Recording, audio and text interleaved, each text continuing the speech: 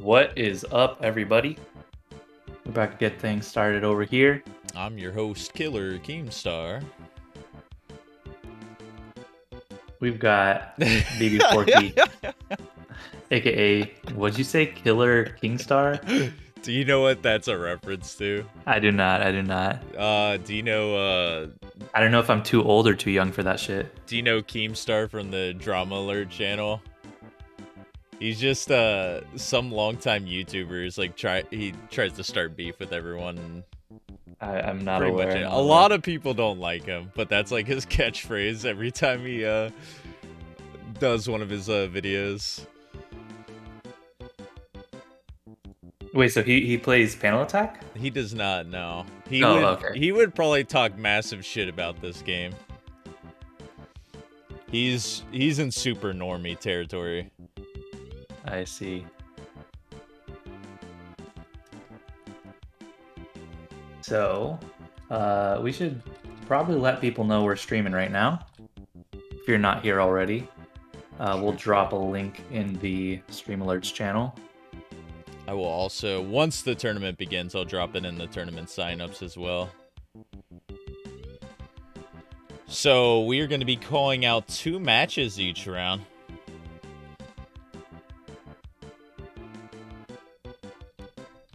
We will let y'all know which matches we're going to highlight.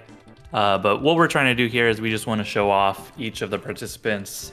There are a lot of new faces here, so personally, I want to see how everyone fares. I know some people might have seen or heard about the community through the recent GamesTon quick stream. Maybe you found the community through something else, but however you're here, we're happy to have you, and we want to know kind of what you're bringing to the table. I'm excited to see. Yeah, the numbers for this game have just gone through the roof since the new year, which is like not been typical of previous years where the winter times seem to fall off usually, but I think it's just everything that's been going on recently surrounding this series. A lot of people have been excited and want to get like their hands in on the action. Anyways, though, I think, yeah, it is 1 p.m. right now. Well, 10 a.m. for you, but I think we can cut it there. It looks like no other new players have signed up. Nope, we're still at 19 participants. This is definitely a record that I have not seen in any of our novice tournaments. This is technically only our second novice tournament of the year. We used to have novice tournaments back in the day, but we definitely did not get this many participants back in those days. But oh, actually, got one more last minute sign up. Oh, he snuck in, dude. Snuck in as we were about to press the start tournament button. All right. I'm sorry for butchering your name. Nahul Book is in the tournament, so watch out, everybody. But we will be closing it right there. And any moment here, as long as I can check that I spelled this right, we will be starting the tournament and posting the link. Alrighty. We got 20 participants coming at you hot. You already posted the link, so I just gotta press the start tournament button. I got you, dude. And we are live the for the look tournament. good, though, I think. Yes. We'll show a little preview on stream here for you guys too. 20 people, exactly. Really cool number. This is probably one of the biggest in a long time outside of like the seasonals way back when, where we've had 20 people. So, what are you feeling? How about you pick one and I pick one? Player? Matchup to watch for round Oh, a one. matchup. I see. I'm still waiting for this to load. As soon as classic challenge. Oh, okay. I'm seeing the matchups. Every match kind of has at least one player that I've recognized, but I'm gonna start from the very bottom. We'll do Nahul since he slid in at the very end versus Fudu. That'll be my pick. All right. I will go with let's go Zymuth and Ken S. I saw Zymuth in chat earlier. Ken S. I saw warming up a bit, so maybe that'll be a good matchup to see. So I will go ahead and type those out. If you are not among those two groups, you can just go ahead and start playing. But we will get set up right here with Fudu and Nahul and Zymuth and Ken S. So Nahul and Fudu first up on stream. Please wait to do. I got you. I got it for you. I see. I see. You're good. You're good. And then who'd you say? Zymuth? Do I need a refresh? I don't even. Zymuth and Ken S. I may just be blind too. Ah, there's a bunch of hidden ones.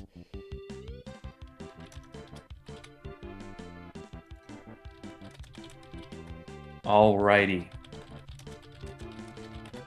So. All right, let's get this off our screen here.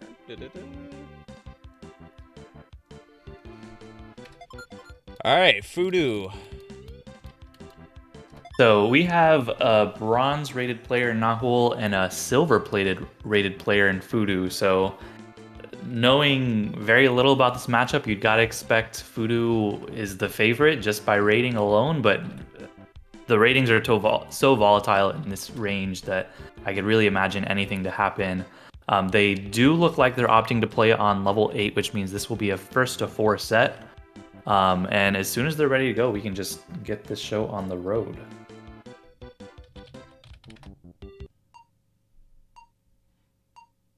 And they have begun. Yeah, we I see actually going for a higher stack to start up, and Fudu staying a little more low stack. We'll see how this pays off for each of them. I know a little bit about both of these players now, a little bit more recently. Like when we were making the push for affiliate last month, Naho actually joined in on the stream to play with me a little bit as we were just having a chill session one of the days. So I can't remember too much, but they're definitely, you know, in that silver to bronze range right now. Both fairly new to the scene. I know Fudu's been around for a decent amount now. Just mostly, I think, on the creative side rather than the playing side of things. Yeah, I know for sure I've seen the name Novel Book. I feel like for at least a couple of years or so. I don't know if they've been the most active, but I somewhat remember them in tournaments from a while back. But they, as best as I can tell, have been a presence in the server for quite a while. I guess technically we can see when they join the server.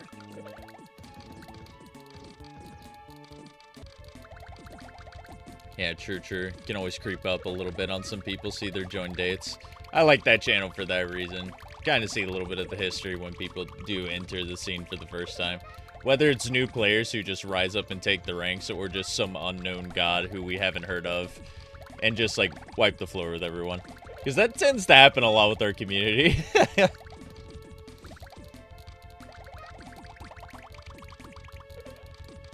So we've got a game going a minute 40 here already, seeing some shock blocks on the screen. Fudu's in a little bit of trouble here. Gonna have to get something going in order to avoid being topped off. Is gonna be topped off, is gonna be able to down stack. Will that be enough time? That will be enough time. A little bit of panicking right there, probably. At least I was feeling the panic. But you do have some stop time to work with on level 8. And if you can kind of control your down stacking, everything like that, you can make the most of it and try to live out as long as possible. The pressure is now on Nahalbach's side. Gonna be topped off here. Gonna have to do the most with his stop time, as we said. Gonna get some chain going here. 3 chain, 4 chain, 5 chain. Nice little lag chain there. 7 chain, 8 chain. Very solid attack. We got a slobber knocker for the very first game here, both players. I mean, it was level 8 too. Certainly a lot harder to survive on this, as we just saw from Fudu. Unfortunately, couldn't get that yellow down on the right stack there, so Nahal's gonna be taking the first game in the series. Reminder, since they are playing level 8, it's gonna be first to 4, but we might see some level 5 games later, which are going to be a first to 3 instead.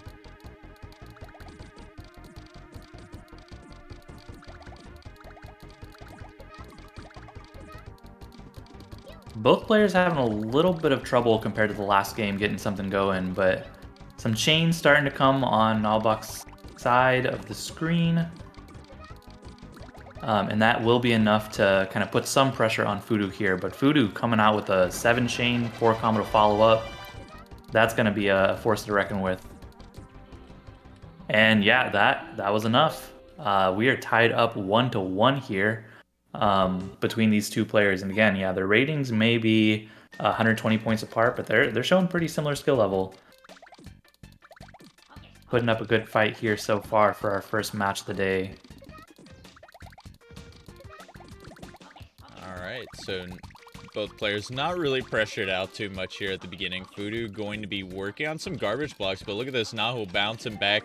A 5 chain with a nice 4 combo at the end there. So now the advantage for him slightly, but Nahul's got to still keep on this pressure or else Fudu will be able to dig out. And that 4 combo just in enough time for Fudu here.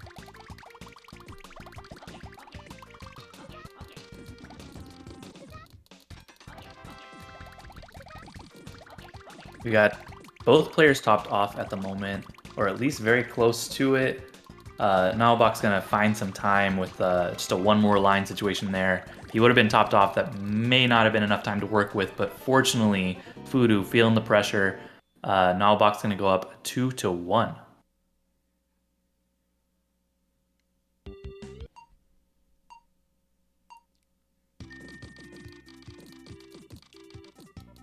Fudu getting that clean even stack at the top. It's always pretty satisfying to do that. And if you want a chance to, like, if you're not too good at working with a low stack, it's a really great way to play at the beginning because usually your vision will open up a little bit more and you'll be able to find those chains. As you can see, Fudu already opening up with that 4 chain at the top. And since Nahul was a little bit slow here, they're going to have to downstack a little bit to try to survive, but unfortunately, just that little combo garbage at the top didn't give a lot of shake time. And yeah, this is back and forth right now, 2-2.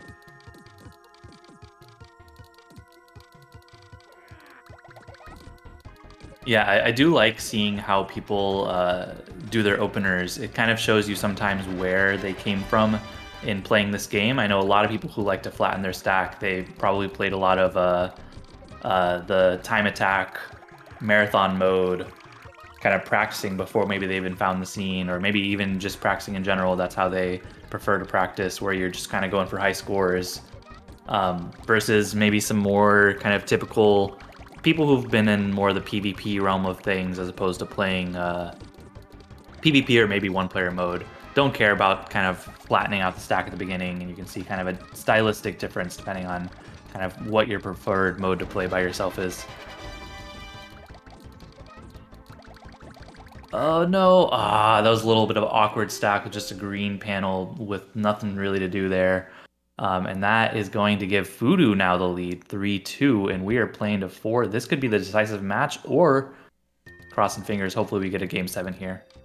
Great way to start it off, and this is Fudu's first lead of this set too. This has been pretty back and forth. It seems like whoever has that advantage with the beginning pressure, you're going to be in a good spot, because I feel like a big thing at this level, it is like so crucial to find that beginning huge chain to just suffocate your opponent, and then they have usually less time to react because maybe they're running on a lower stack of panels here. As you can see, Fudu now all the way at the top. A lot of that was garbage or combo garbage blocks that got cleared though, so that allowed for a big chain to be a follow-up here at the bottom. But Nahul answers back. Yeah, for sure. You can definitely see sometimes if you send kind of a larger chain garbage, it's good because it tops the opponent off, but it also gives them a chance to chain and respond with their own garbage on the way back after they clear out the garbage, and that can be difficult to deal with. So it's a matter of trying to send as much while also kind of worrying about the response in return, but Fudu is going to take that set 4-2. So showing a good strong matchup to begin with, and we will be moving on to our next match of the day, which will be Zymuth versus Ken S. I've seen Zymuth play some. I don't remember exactly kind of where their rating or skill level is, but I have not seen Ken S at all, to the best of my knowledge. So that will be a fun one for sure for me to see. And yeah, we have told them they are ready to start whenever, and we will get going just as soon as they're ready. Yeah, these are two players I've watched before, I want to say, just in some casual matches as well. But it's really hard because, I mean, the community is getting a lot bigger now, so it's hard to keep an eye on specific playstyles of certain people or just like past performances of what they've had. Yeah, for sure. So it does look like, just looking by ratings alone, Zymoth at 1100, Ken S at 1224. So both in the, I guess, 1224.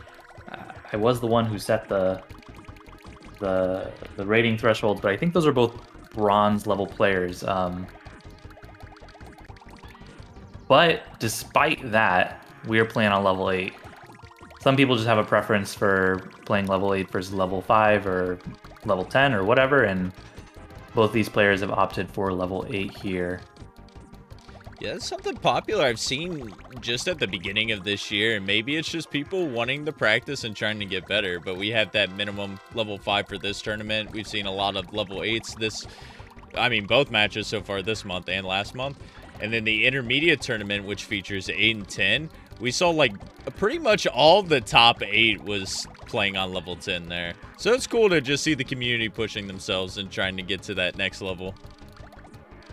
Yeah, for sure. I know when I first joined, I was not familiar with level 8, level 10, whatever, but I kind of just wanted to come in and play at the fastest speed, thinking if I just threw myself in the deep end, I'd learn how to swim, and it works sometimes. So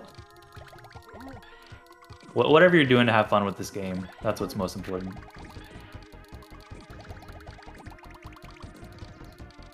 So we did see Zymoth take the 1-0 start in this set. See if that's a trend we'll see continue, despite the lower rating here. But again, we'll say this a million times. The ratings are very volatile, especially at these low levels. Sometimes it can be hard to find other people to play at your level. That being said, that's one of the reasons we have this tournament here, to just give more people an opportunity to play, have some fun, competitive, close sets. And so far, we have been seeing that for sure.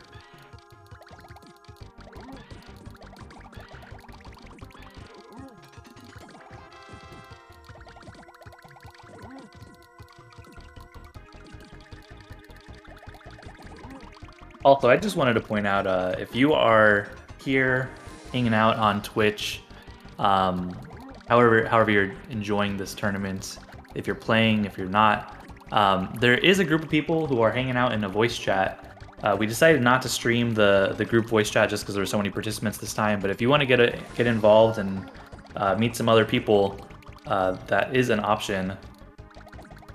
But if you just want to hang out and watch some exciting gameplay with our commentary here, that is also fine. And we are tying up here. Ken S will take that game 1-1. Yeah, for sure. We'd love to see more and more people join the community, but we're happy to have you in any format. But if you guys are interested in, you guys can put in !panel attack in the chat and find out more information about the game, the community, and just like everything that we're interested in right now. But I mean, it looks like we picked 2 perfect matches to go on stream right now. Both of them like very closely locked at the beginning here.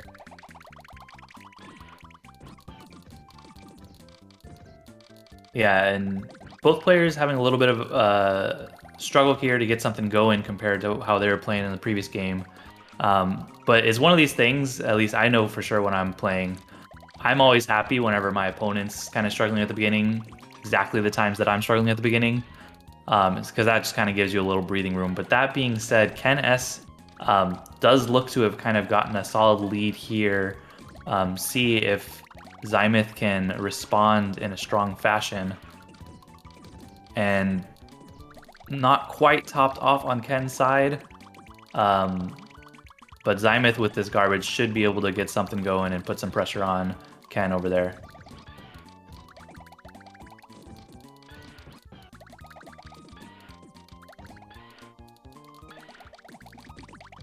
Solid 3 chain to get something going on Zymoth's side. And yeah, both of them are just barely not topped off. So a little more pressure and they will be sweating. And as I say that, Ken is going to be sweating right there and Zymoth will get that win. We're going back and forth and back and forth. It is 2-1 in Zymoth's favor now. I will interrupt a little bit here. We almost have all of our matches coming in for round 1. I just want to make a note. We'll look at this at the bracket soon. Zach and Jambox played round 1, and they reported a score of 5-1. So I think they might have played on level 10, which is... Dang, people are really pushing themselves even in the novice tournament right now. Either they played level 10 or maybe they forgot what the standard rule set was, but either way, that's exciting.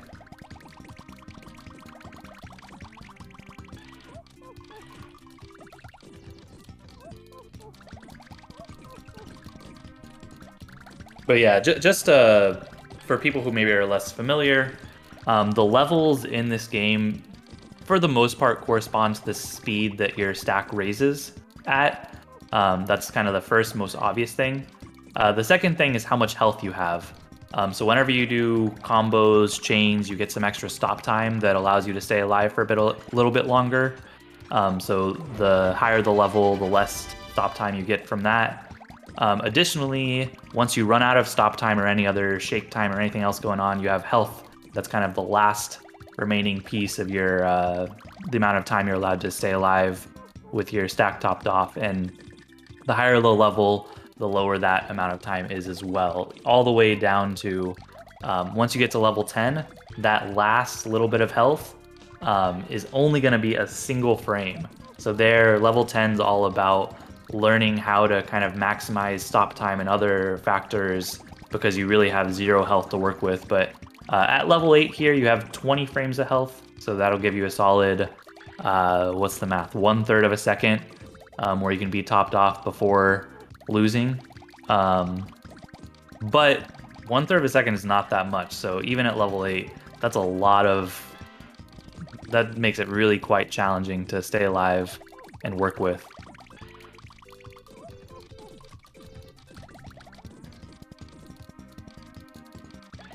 Oh, both of them having a little bit of trouble finding what to do next. Ken in a very dangerous position right here. Zymoth with a little bit more breathing room, but you can definitely see as the time is going on, the stack is raising quicker and quicker, and that's becoming a problem for these players.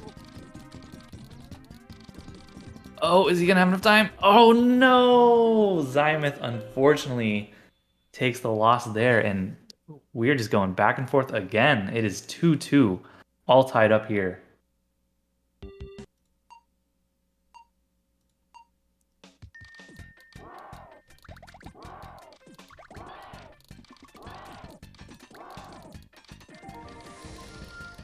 A very solid opening from Ken right there.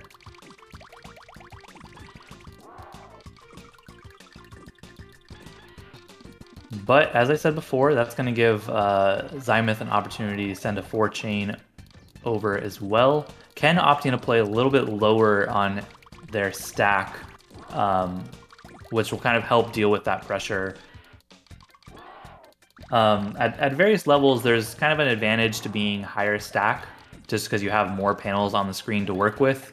Kind of makes it easier to do chains, no matter what level you're at. But typically on lower levels, you're more worried about being topped off than being able to generate offense quickly. So playing low stack can definitely be a good way to counter kind of a less offensive attack from your opponent.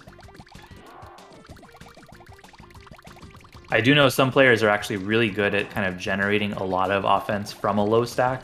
So if you're good at that, that can also be a really good strategy, kind of a safe strategy to do in a lot of tournament situations. Kind of make the most of the panels you got.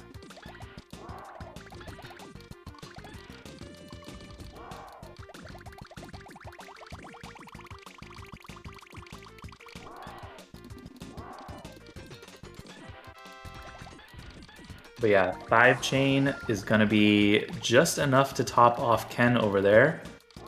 However, Zymuth's also freaking out right now a little bit. They're both going to get the clears, but they're both in dangerous territory right now. Oh, and Ken just did not have the answer, and as it has gone so many times, we're just 1-1-1, ping pong, back and forth. Zymuth takes the lead 3-2.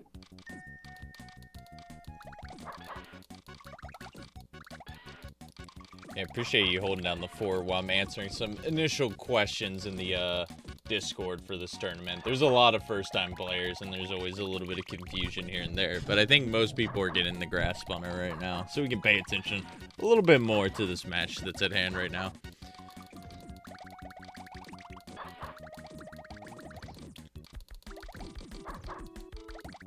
For sure. So, just looking at what's happening here, again, Ken seems to be preferring this kind of low stack play.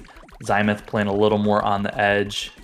But Zymuth has been making it work. So, as we've been saying, there's kind of a pro and con to playing lower versus higher.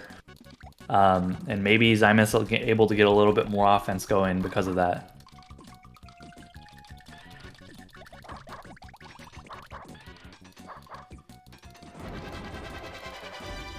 But that is a big old chain from Ken's side, and that's going to leave Zymuth topped off for a good while, at least should. But very smart garbage chaining on Zymuth's side that is going to send a 4 chain and some combos to Ken, keep Ken busy for a little while. But another 4 chain with some combos to boot. Neither player really topped off at the moment, but the pressure is building.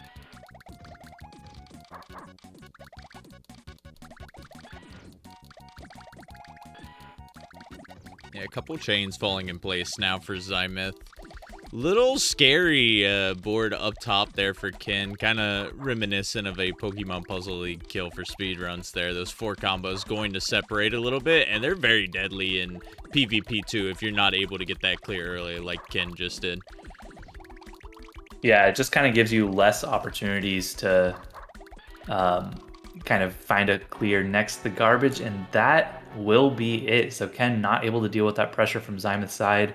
And Zymuth takes the set 4-2. So that is the second 4-2 we've seen. So no game 7s yet, but very close matches nonetheless. With that, we should be able to move on to round 2, if I'm not mistaken. And correct.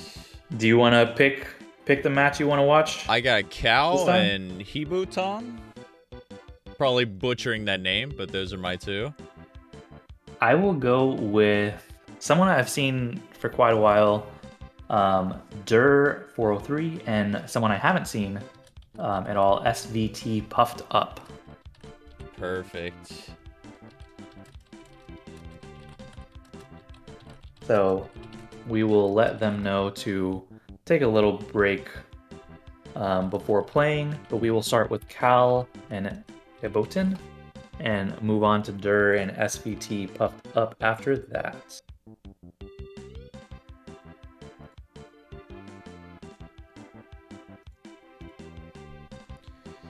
Such a big lobby of people today, man. You gotta scroll through a lot to try to get to the game that you want.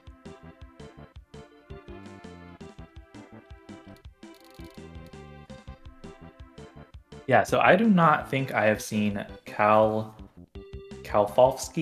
or Hibotin whatsoever. So this is a brand new matchup.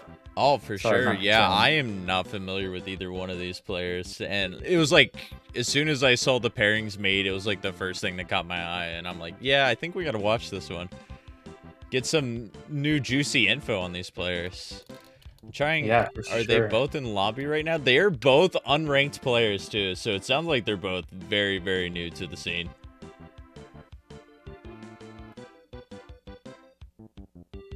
Yeah, and just for some reference here, it seems like both of them did unfortunately take the L in the first round, but one of them one of them is not going to take the L in the second round. Who will it be? We will have to find out. They'll be starting sooner or later. It'll be like the second to last match, but we'll get there. I'm like scared I'm missing it because so many games are popping up and. Ollie Razor. No, I think they're literally the last two. Well, besides our second match that's gonna be on deck. Oh, they're deciding their level currently in chat. I see. All right. I think there they are. We got our lobby up. All right. So yeah, they have agreed to play level 8. So even though they're unranked currently, unrated, Verboten, I am so sorry if I am pronouncing that terribly wrong. So she is actually saying she wants to try her luck and go for level 8 here. So maybe she's less familiar, but wanting to venture in some new territory. Hey, that's always good. I mean, it's been the running theme so far for today's tournament. Everyone, you know, it's more about practice and not really, I guess, where you're placing, which is kind of the idea of what we had for this novice tournament anyways. Because, you know, it's people who are taking the game a little less seriously and are here just for fun.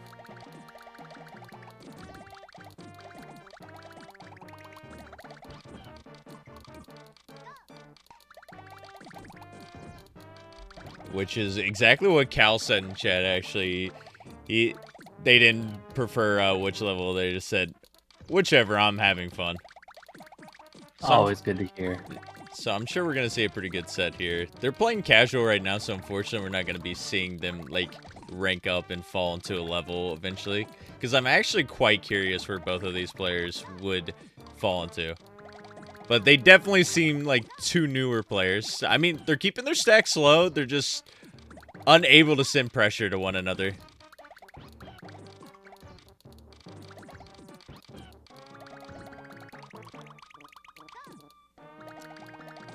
But that's okay. We get to hear the full loop of this Bowser song, which I hardly ever hear, so it's nice to hear that. Little ring. For sure. So yeah, it does seem like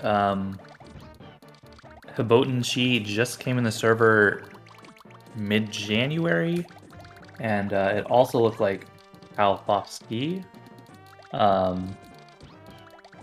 is relatively new as well, so within the last month, if I'm not mistaken. Yeah, only 5 days ago, so they're both very, very new to the server. But we're seeing some good pressure from Hiboten over here. Sending a couple, I believe those were like 4 chains. Didn't see quite before they cleared out. But yeah, that's almost going to be enough to top off. Maybe 1 or 2 lines short right now. But we are seeing Hiboten is looking like sending a little more pressure than Kalfovsky. But as we said before, the more pressure you send, the more you have to worry about as well. And yeah, with some of those responses that Kalfovsky sent, that was just a little too much for Hiboten to deal with, and Kalfovsky is going to take the first win in this set. Yeah, over time when you're getting like pretty even matches like this at the beginning too, it's gonna come down to that race speed at the end, because just ever so slightly it's just getting faster and faster as the match progresses. So if no one's really getting that initial pressure at the beginning here, that was a bold strat from Kalfovsky, raised all the way and then almost couldn't find a clear in time. Yeah, Cal feeling it right there. Wanted to actually get some more panels to work with to hopefully send some more pressure. And it ended up working out for Cal for now, but oh, this is still very scary. Yeah, that left stack's got to go down immediately. Just finding clears to buffer. Still alive, but unfortunately couldn't get to the yellows in time. So it's going to be tied up 1-1 now. Yeah, unfortunately, Cal had to just kind of settle for 3 clears. which will not give you any more stop time, which makes it just a little bit more difficult because your health is going to continue to kind of fall down slowly. And that is what ended up doing it for Kalfowski. To start here, we have Haboten sending 4 lines of garbage. That's going to be enough to put some pressure on Kal here for a little bit.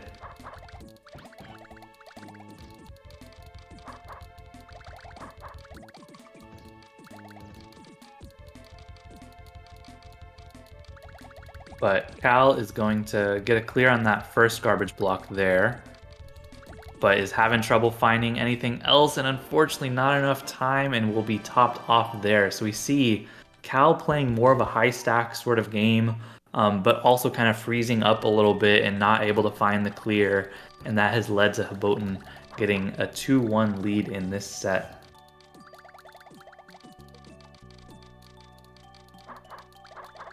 I wonder if we'll see Kal get a little bit ballsy here. They're just playing with this low stack for now. I don't think they want to be too dangerous, as we saw with the results of Game 2, where Kal was just unfortunately not able to raise or lower the stack afterward and find the appropriate clears. But we saw a little bit of the raising again. Oh, no. That'll do it there. 3-1. This is a match point now. Yeah, which of these players is going to get their first tournament victory?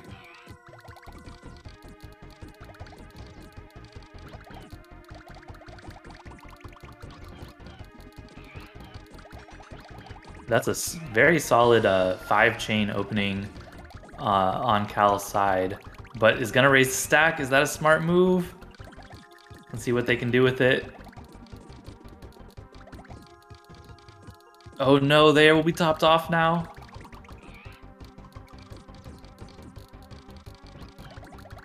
Haboten did a good job of dealing with that garbage and sending some garbage back in response. See if it's going to be enough. That was a beautiful 9 combo right there. 9 combo, one of my personal favorite combos. It sends 2 guaranteed lines of combos. And also is just so fun to make.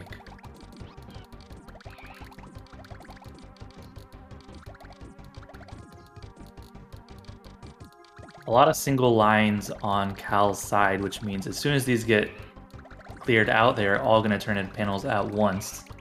So Kal will be a little high stack, but not too much garbage to have to deal with.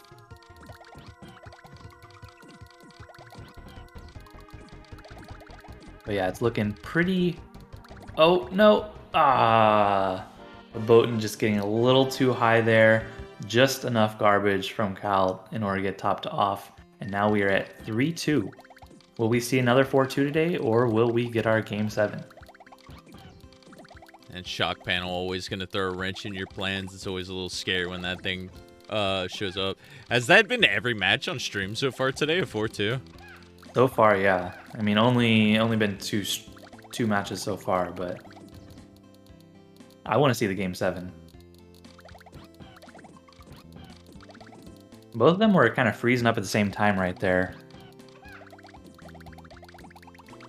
I don't know. I don't know how they deal with tournament nerves, but for sure for me, I feel like I played just a little bit differently in a tournament situation versus a casual situation. And sometimes that can just like make you feel a little bit slower than you're used to.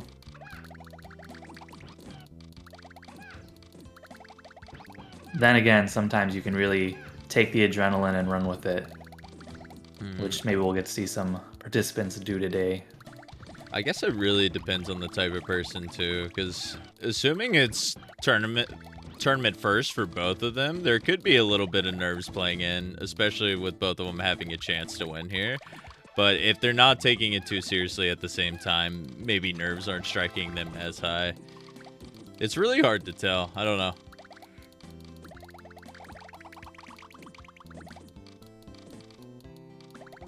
Yeah, and for sure, it's also hard to know these players' baselines, what they're used to, kind of how quick they're usually used to finding clears and things like that.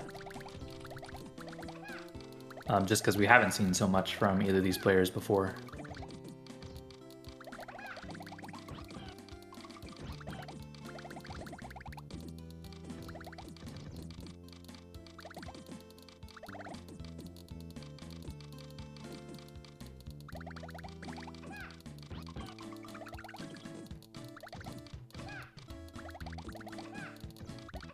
We will be seeing the effect of garbage from the shock blocks here, although unfortunately Cal not able to find that clear, and that will be yet another 4-2 match result in favor of Hoboten. Very good job on her end. First tournament, getting her first W. Happy to see how she does moving forward. But that does mean we will be getting ready for Dur and SVT Puffed Up, who are in the character select screen, looking to be doing a level 5 match here.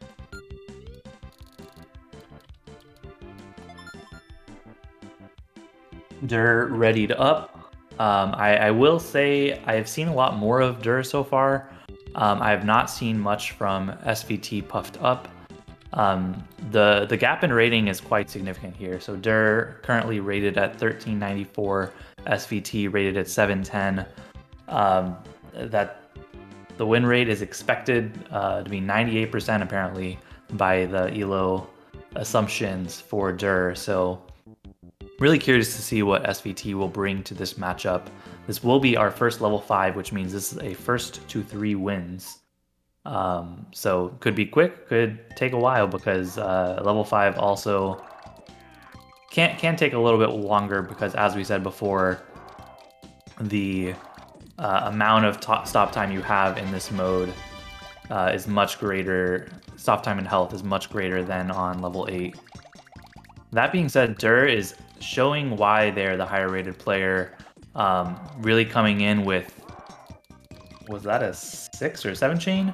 With combos to boot, and that will be enough to top SVT off, or just barely one more line situation there.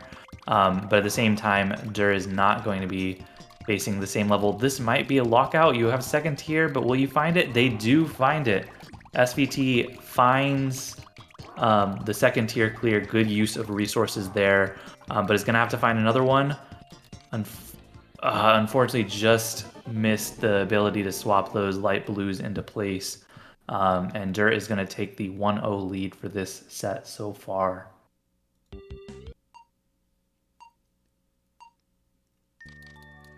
Yeah, it's our first level 5 match on stream. Unfortunately, we won't get the repeat of the 4-2 dream, but maybe we'll see kind of a reminiscent of it with a 3-2 here.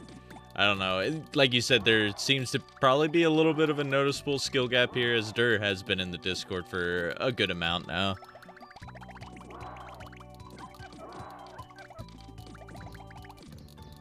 Some good combos to add some pressure from SVT right there, although needs to lower that stack, and unfortunately it was not able to get over there. Maybe didn't even realize they were topped off to lower that stack on the right side, but that will be 2-0. Potential match point here for Dur. And yeah, both of them did lose their first round, which means that the winner here is going to get their first victory of the day. And I'm hoping that SVT puts together some pressure to maybe top off Dur, show what they're able to bring to this matchup. But Dur has been showing really good consistency in being able to top SVT off, but that's a 2-3-4 chain off the garbage right there. Maybe that's enough to get some pressure on Dur. And SVT will not be quite topped off here. Giving a little more time to generate some pressure. But will be topped off. Will they be able to downstack quick enough? Unfortunately not. It's going to raise, and they will go down 3-0. So Dur able to pick up their first tournament win of the day. And if I'm not mistaken, we are moving on to round 3. Do we want to... Maybe after round 3 we'll take a break and look at the standings, but as far as sure. next rounds go, who you got? I got Jam and Derek for a match. Ooh, nice. I will go with... Who have we not seen? Do Zach and Missing No. I'm kind of curious about Light Rider and RNG Eddie. Oh, that actually would be a good one. Let's do both of them. I think they're both pretty strong players for this novice bracket and might put up a good fight. So I'll assume that you're gonna let everyone know. Yes, you are. But that means we are going to start with Jambox oh, and that's Derek. not Endaris, that is James Derrick. I was like Endaris. A little inside joke, I guess, with the community. Endaris was actually putting after Endaris's name the current leaderboard name that Ganache was using. So Endaris was saying like Endaris and I don't know, Claromancy is Ganache. So James, poking fun a little bit at that, just put Endaris as Endaris in parentheses after his name. All right, now we got two people who we're relatively familiar with, I would say. James and Derek, two people who've been in the Discord for a decent amount. Derek probably a little bit newer, but he's been frequenting the tournaments a lot at the end of 2021 heading into this year.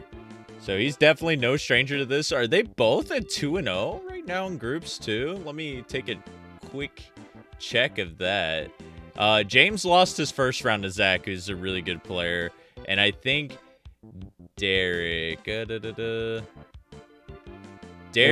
1-1 as well. So, oh, and he lost to Corey, who's also a very good player. So these two probably two of the strongest 1-1s of the tournament right now.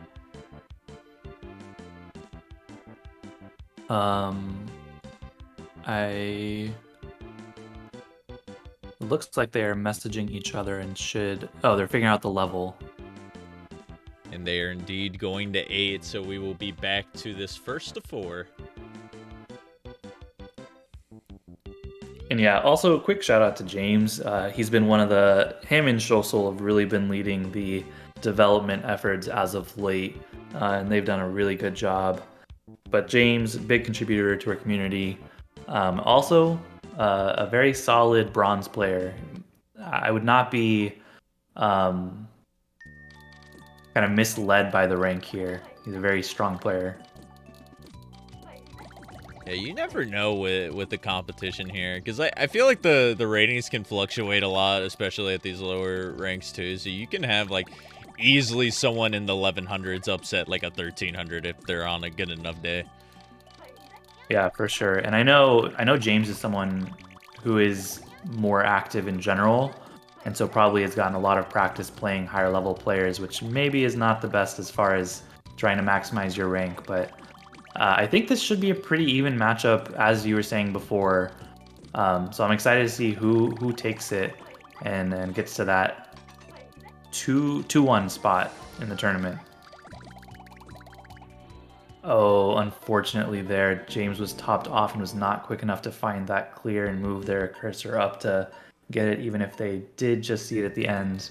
And that means Derek will be taking the 1-0 lead in the set.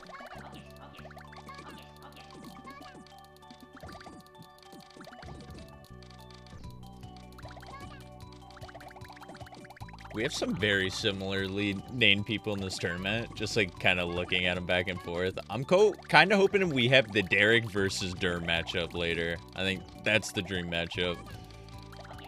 That would be a good matchup. They're both sitting at 1-1. We saw Durr just before Derek playing now. They seem pretty similarly skilled too.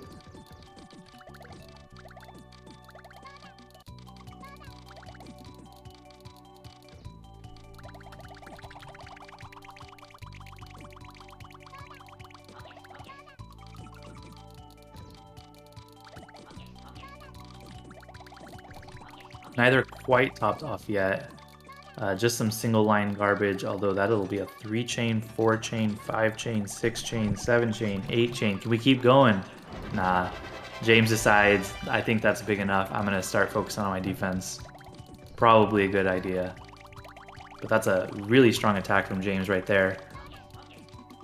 It's like one of those things, whenever you get a big chain going, it just feels so good. I'm sure you, of all people, probably are aware of that. No matter how inefficient it is sometimes, it always feels good. It makes you know that you're like on your game of actually making clears and timing things completely right. And at this level of play, it might be one of the strats to go to, because I think the name of the game at the novice level, keep your opponent topped off. That's your #1 priority. Of course, you want to survive too, but as long as you're keeping that pressure on, that's what's going to do it. So chain away, and you're probably going to have a good advantage at winning the match, and that's what it kind of was in that situation. I wasn't sure who won at first on that, because both of them were pretty much topped off, but James coming up with the win on Derek, and we're tied up 1-1 already. Yeah, very solid showing from James right there. Able to get some good pressure, but also Derek was responding quite strongly, and it really could have, maybe would have been just frames between who was going to get that and who was going to take the loss.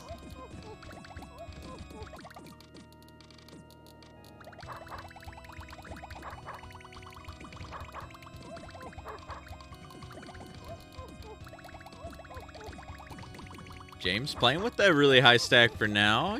He manages to downstack his left side. He's going to clear away all that combo garbage, and let's see if he can build on this. Only a 3 chain, but he's going to find a quick 5 combo into a 4 combo follow-up. And now Derek's going to be a little bit topped off. Let's see what he can do to retaliate to the situation.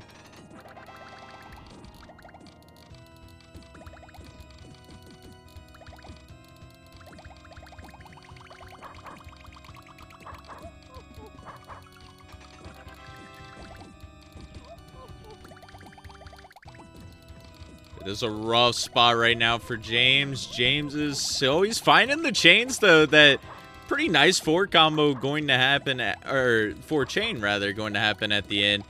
I almost got that 6 combo, which I was hoping he would have saw at the end of the chain. Unfortunately, he did not, and it's going to ultimately lead to his death. Derek taking this lead back at 2-1.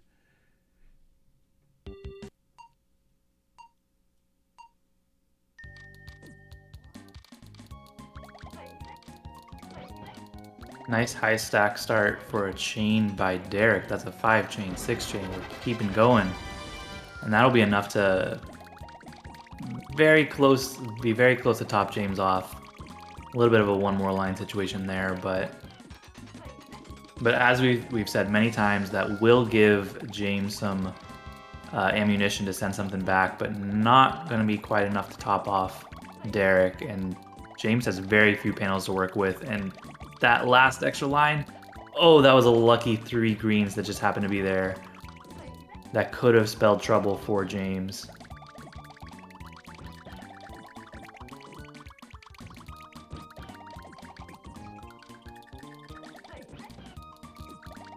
But yeah, this is a situation where if you're Derek, you really want to just kind of use this moment to send as much garbage as possible.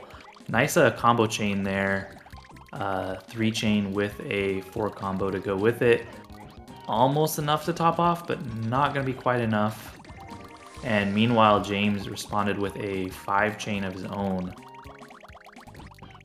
Might send some problems to Derek. Derek doing a good job clearing off right now, though. Had a little bit of a chain there at the end, but gave himself plenty of panels to work with. Is he going to opt for? Yeah, he's going to get a 4 chain out of this. So building up that garbage slowly but surely. Going to put a lot of pressure on James, as I think Derek's found his groove for this game right now. Just a bunch of small 3 and 4 chains building up that factory on James' side. It's going to be really hard for him to defend this.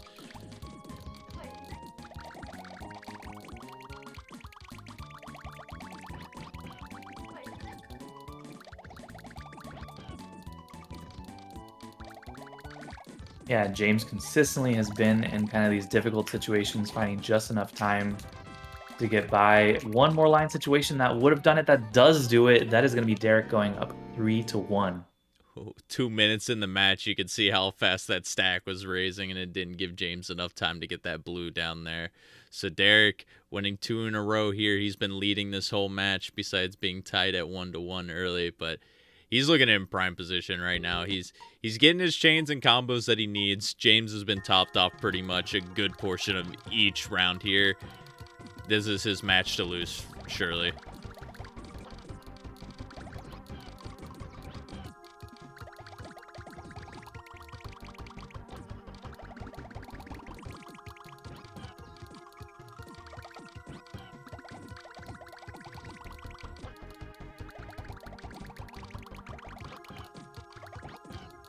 Do we think that we're gonna see another 4-2? Are we I gonna get a mean, game 7, or do you think Derek's gonna take it here? I mean, for the stream value, we got to see the 4-2. It's got to happen. I mean, it has to. Cause what was the other match we saw last round that was the first of 3? I totally forget what that game was. I am blanking as well. That obviously was not a 4-2, but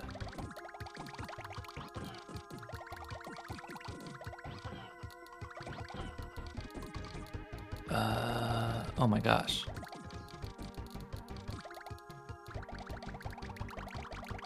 Was that Hibotin and Kalfowski? Oh, No, it was no, no, during during SVT. SVT. Yeah, I just saw it the same time you did. I was like Yeah. trying to remember. I was like, if they won that set 3-1, then we would have had just the margin of 2 every time. But they're kind of like, I mean, he handily won that one.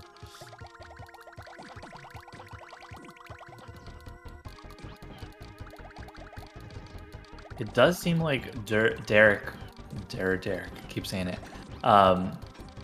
is not doing as good of a job with the pressure this round. And as I say that, he proved me wrong. So maybe I just shouldn't talk. Yeah, Derek seems he's on or off with his game, but he's been doing a really good job surviving. He's got to be really careful with how fast the stack is, rising once again past the 2-minute mark here. He's got to look for the reds. He's going to find the chain to buy him some time. Hopefully he looks up at that top stack. He will get there eventually to let him live on a little bit longer here. And there he goes. He's getting the retaliation. Now James in a rough spot. Gets the reds to buffer. Oh, he gets to the yellows in time, though. He's still in a rough spot, though. James downstaking. Oh, got it. This is a really tough spot once again, no. and that will do it. Damn. I mean, props to James for living for that long, though. That was looking very scary for him, and he was managing to survive over and over again. For sure. So next up, we have RNG Eddie and Light Rider. And at the moment, we have 5 undefeated players before the start of round 3, and these are 2 of them. Arguably, the strongest players at the moment in this tournament, with 2 strong victories so far. So we will see if they is Pomodoro RNG Eddie? Yes. Okay. Yeah, these are the 2 players to beat. Specifically, Light Rider is our defending champ from last month, so this should be a very interesting matchup. I think Eddie has a bit of a history in the Discord. I mean, I remember that name for sure, but I can't say I've seen Eddie play in recent memory. If I'm not mistaken, I think Eddie was more active in the kind of brief stint that we had a more active panel to pawn scene. Unless I'm confusing RNG Eddie with someone else. But I think they were pretty active in the panel to pawn community or tournaments that we had for a little while. But I had not seen them as much playing panel attack. I think you're absolutely correct there. I don't know. I've used to have a lot of history down to the T, but after taking a break for a little while and just all the new players who have been coming in and out throughout the years, it's really hard to keep up with everything. But yeah, we're seeing some very solid pressure from both players. We see both these players rated 1390, 1412, some of the higher ratings we've seen so far. Still technically in that silver range, although Pomodoro / RNG Eddie is very close to that gold range where the threshold is 1425. And maybe going to be even closer with that 1-0 start to this set against our returning novice champ.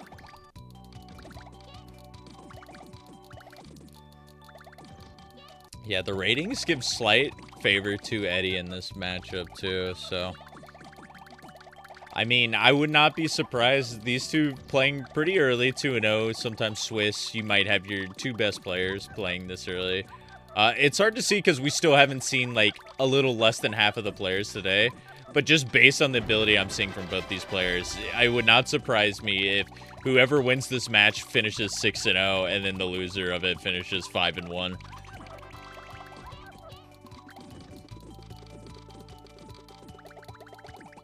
Yeah, RNG Eddie showing some really great offense to start off this set. Light Rider will be topped off. I don't think there's an answer here. Had some purples, but not really much else to do with that, and that was not going to be enough to get a clear, I don't think. So RNG Eddie taking a 2-0 lead right here. Yeah, unfortunately for Light Rider, had that one vertical clear, but a gap in the middle. I think he was just contemplating, how do I get myself out of the situation? And unfortunately, he just did the clear early because he was afraid he was going to die on time. Ended up getting just absolutely crushed on his screen. Only down 2-0, though. I think Light Rider can definitely make this comeback, as we've seen in past performances. I believe, even though he did win last month, I want to say he had a loss in the Swiss stage still, but no one ended up being undefeated. I could be wrong on that, though.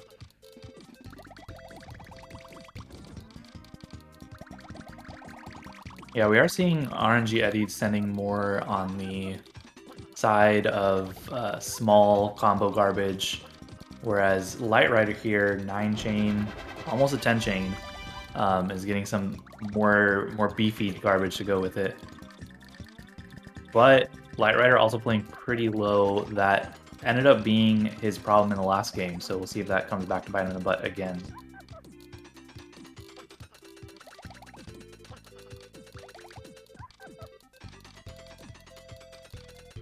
But yeah, we got a 6 chain, 7 chain, lots of chains coming off of this garbage here from RNG Eddie.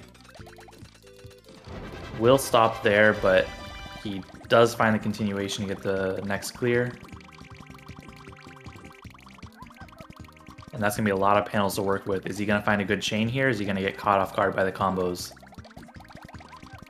Always very scary, and it's 2 4 combos that are at the bottom here too, so it's not going to be too much to work with. A big, well, not a big chain. Nice 8 combo.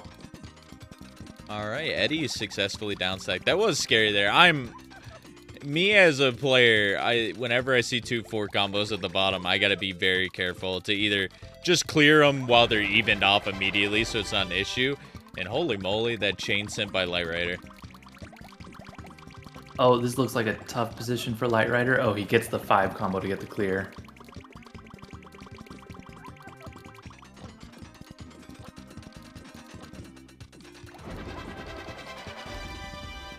Oh no, was just a little short on getting those yells into place, and RNG Eddie gonna take a 3-0 lead.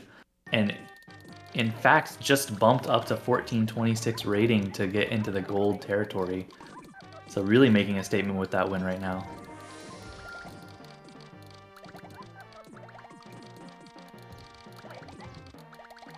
Alright, let's see how clutch Light Rider can be here. Maybe just not fully warmed up currently, but I believe in this comeback. I think it can happen. Those combos are coming in so quick, though. Almost caught Light Rider off guard and could have been the kill. Eddie just keeping up this pressure. Not topped off yet on Light Rider's screen. But this is do or die mode now. You cannot make any mistakes. And here comes the big chain coming out from Light Rider. Save the blues up at the top, and now if Light Rider can keep applying this pressure, this could be his game here.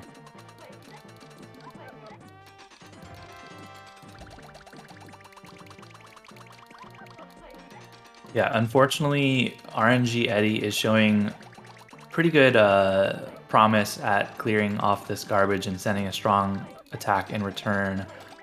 But the way that level 8 works, if you're quick enough to kind of get these clears, the higher shake time from the big garbage can really aid in survivability.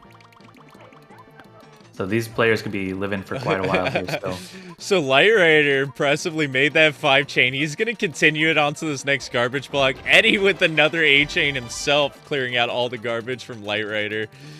This could be a long match here, depending if I always love the matches just having fun and extending out, making a big chain here. I think that's what we're definitely going to be seeing here.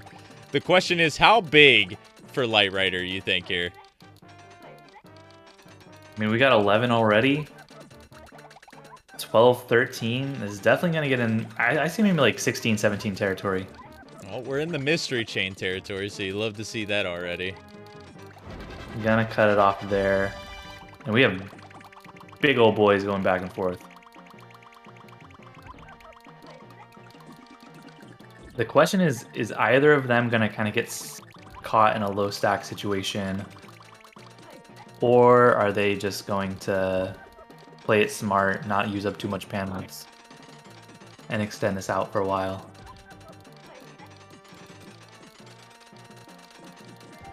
I'm definitely someone who I like to just run through my panels and not think about it. Oh my gosh, and that was a little bit of a miss swap on Light Rider's side, and RNG Eddie takes that in style with a 4-0 victory. The first sweep we've seen, I guess that's not true. We saw Dur sweep on level 5, but the first 4-0 level 8 sweep we've seen today, and that's a statement.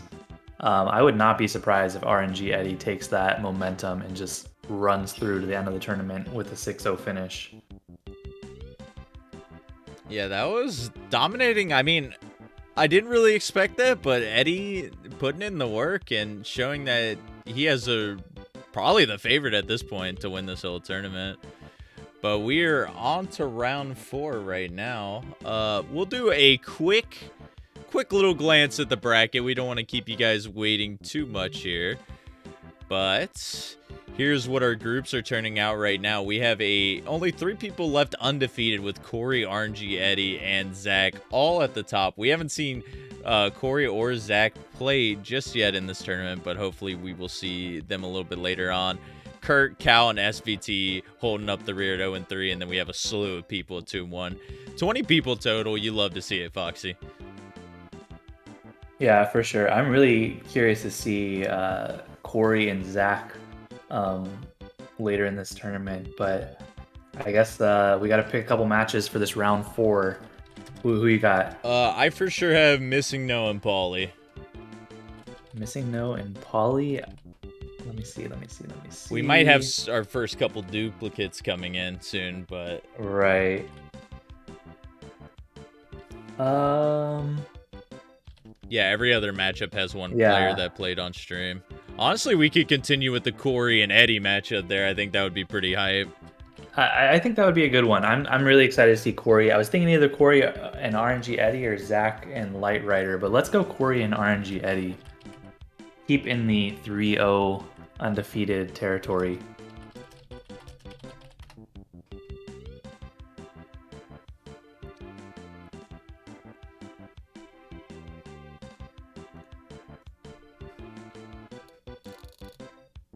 So we will be starting with Missing No and Pauly Wally.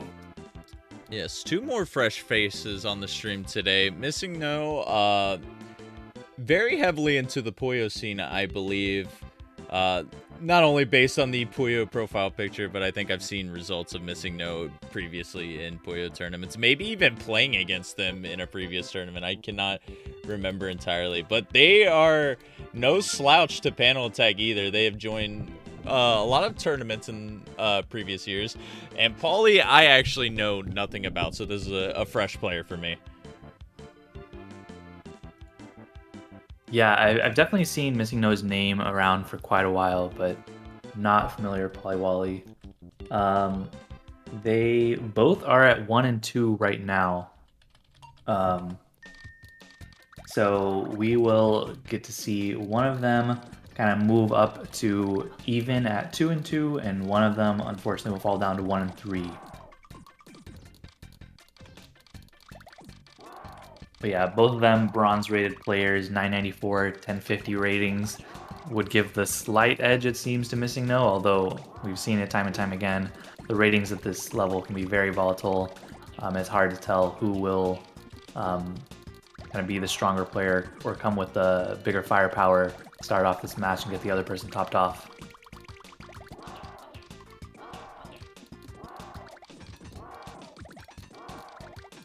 Solid 6-7 chain coming on Missing No's side.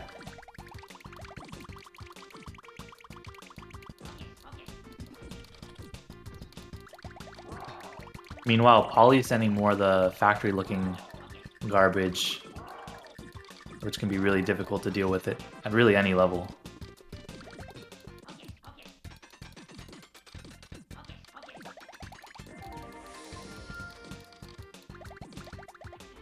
Oh, a little bit of a miss swap there on Missing No's side, and that will give Poly Wally the 1-0 lead. And just a reminder, we are playing on level 8 here, so this will be a first to 4 matchup. But Poly Wally taking the initial lead despite the rating seemingly giving a slight favor to Missing No, who's also been in the scene for a little bit longer, best as I know. That left pillar is going to be a little bit scary. Luckily, no immediate garbage followed up here, but Missing No is going to be changing that. One more scary situation here. Unfortunately, couldn't see any kind of Shogun falling down. No time to react there. So Missing No is going to tie it up.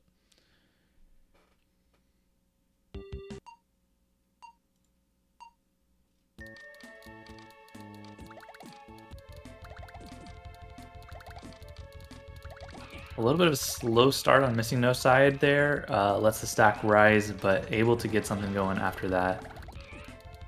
But is in a dangerous spot right here. You're going to have to down stack. Fortunately, just a one more line situation is not going to be topped off.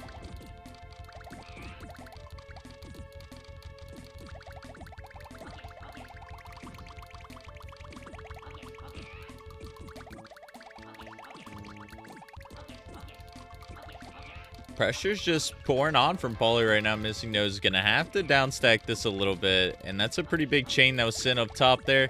Just enough time to find those horizontal yellows and the blue to fall here. Missing No's got to find a way to transition here. Maybe neglect the bottom tier and go for second tier. Nice call.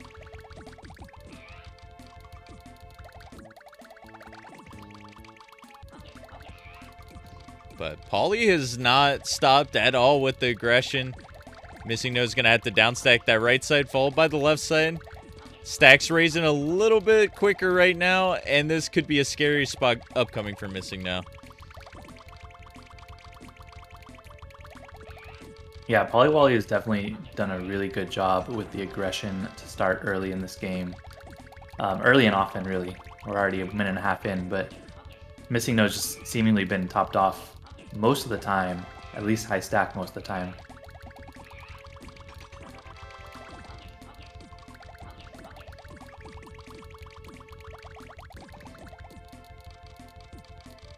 Oh, Blue's coming in at just the right time here. Gonna do a little bit of panel maneuvering here to get those chains to fall in place. A 4-chain coming from Missing No now. Finally topping off Poly. Got to be careful of that right pillar, and that's gonna do it there. Poly up front 2-1.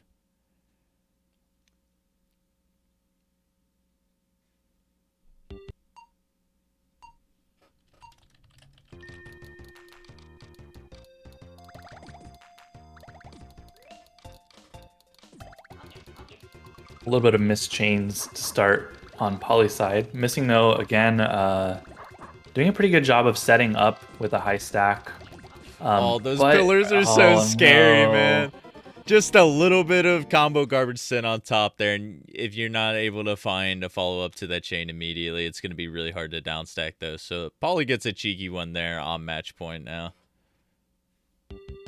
Yeah, it did look like Missing No had kind of set up a chain that was going to fall, but seemed like it went a little bit away from how they were expecting, and unfortunately just lost their bearings and got topped off. But this time, Missing No starting with a little more aggression than Poly. Maybe turn it around, try to bring the set back.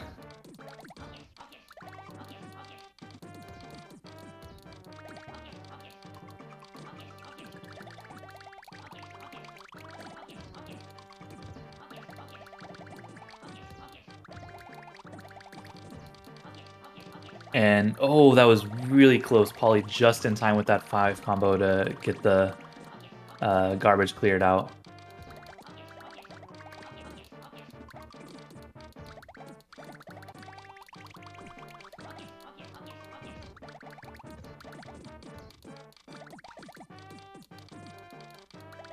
Definitely hasn't been as much large chains this round compared to the previous rounds. Both of the players, I was seeing more 5-chain, 6-chain sort of things. Opting for a little more 3-chain, 2-chain combo garbage here. Maybe showing a little bit of nerves, possibly. Just a little off their game. That is allowing both of them to survive for a little bit longer, although Polly is topped off here and not enough time to get those blues swapped into place. And that means that we are at 3-2. Polly back against the wall. See how this will turn out. Beautiful combo storm sitting at the in there by missing no to clutch out that victory. So, I mean, maybe we'll finally get that game 7 here, Foxy. I don't know. Missing no with a little bit of momentum here. For sure. It really looked like a complete turnaround of events. Missing no had definitely the stronger aggression in that game 5 situation.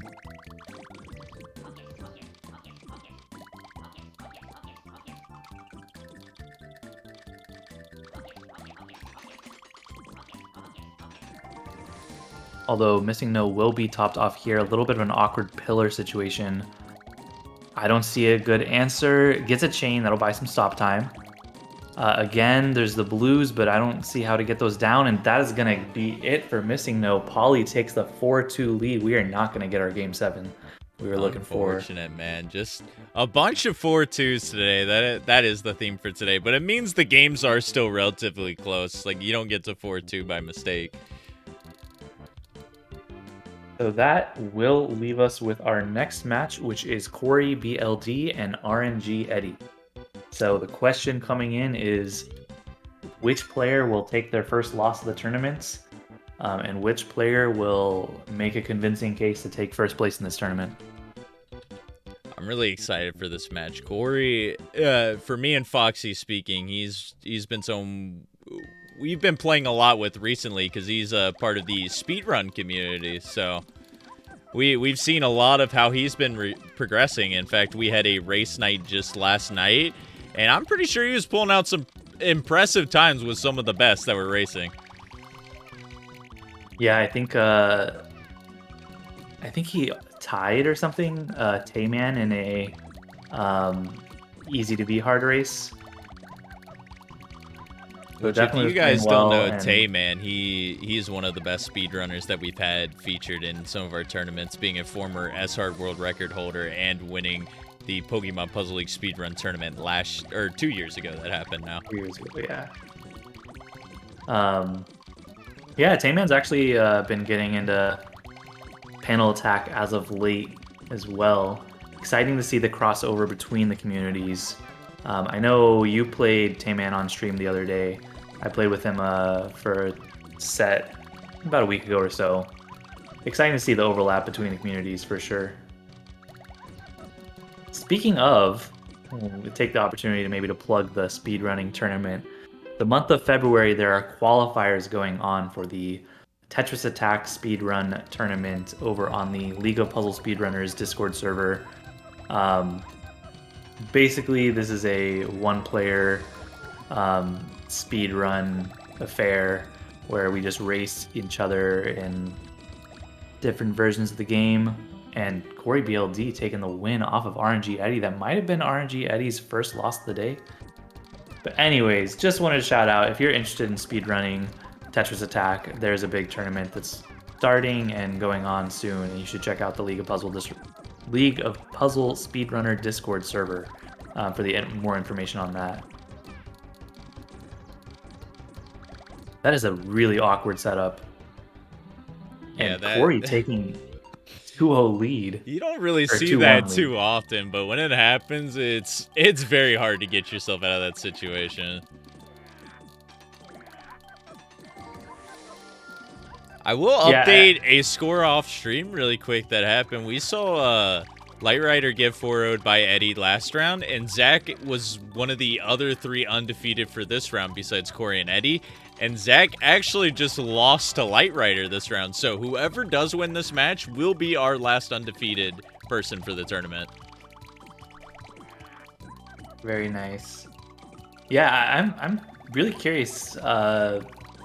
Coming from the speedrun side of things, it does help with kind of getting a good opening and initial aggression, especially incorporating combos and stuff into chains. So I'm wondering if Corey's really going to be able to leverage that to just kind of put pressure on RNG Eddie like he had not seen before.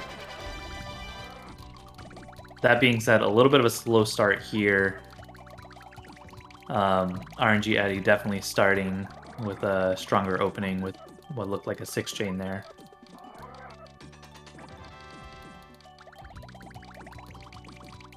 But we're all tied up 2-2. Maybe this is our Game 7 situation.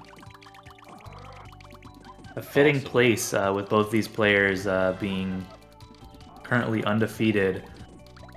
Yeah, this could easily decide the winner of this entire tournament. But at this point, with Light Rider bouncing back and knocking off Zach, who's the other undefeated, which Zach has some pretty strong tournament runs, Light Rider could still sneak in and get another first place with a loss. It all depends. I think he's rooting for Corey to win this match, and then we might see a Light Rider versus Corey matchup happen a little bit down the road. For sure, yeah. Unfortunately, like I never know how Swiss works exactly, but unfortunately, if it did come between Light Rider and RNG Eddie, I would assume that, given that RNG Eddie had the head-to-head, that would be in RNG Eddie's favor. But yeah, I mean, you gotta hope, cross your fingers, hope for the best at this point. There are a bunch of different scenarios. From both players. Oh yeah, for sure. There's a bunch of different scenarios that can happen. We'll talk a little bit about that at the conclusion of this match, because there's still so much that's in the air right now. But it always makes you wonder, especially with a big tournament like this, 6 rounds for 20 players, many different outcomes can happen. Yeah, both players with a decent start here. Corey not going to be topped off. RNG Eddie on the other side will definitely be topped off. This might be the place where Corey can maybe, with this initial lead, get this win and put us in a Game 7 situation.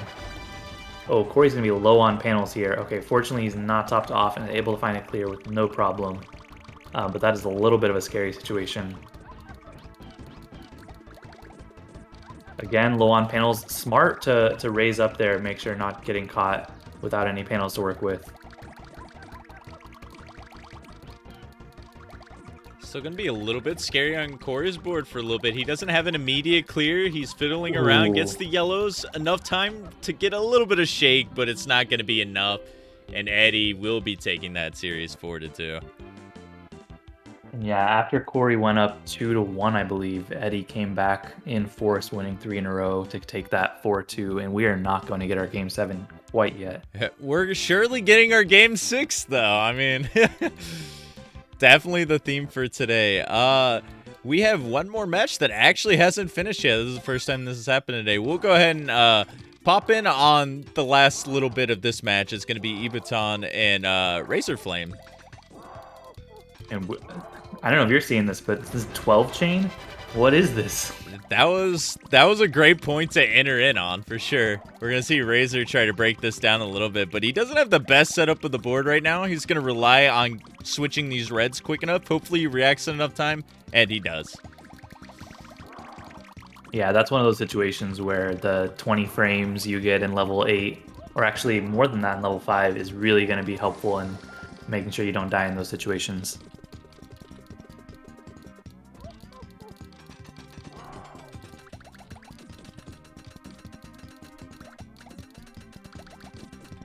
And yeah, I know this is the first time we've seen Razor Flame so far on screen, and is going to take the loss there, and that's going to make this a 2-1 set instead of a potential 3-0.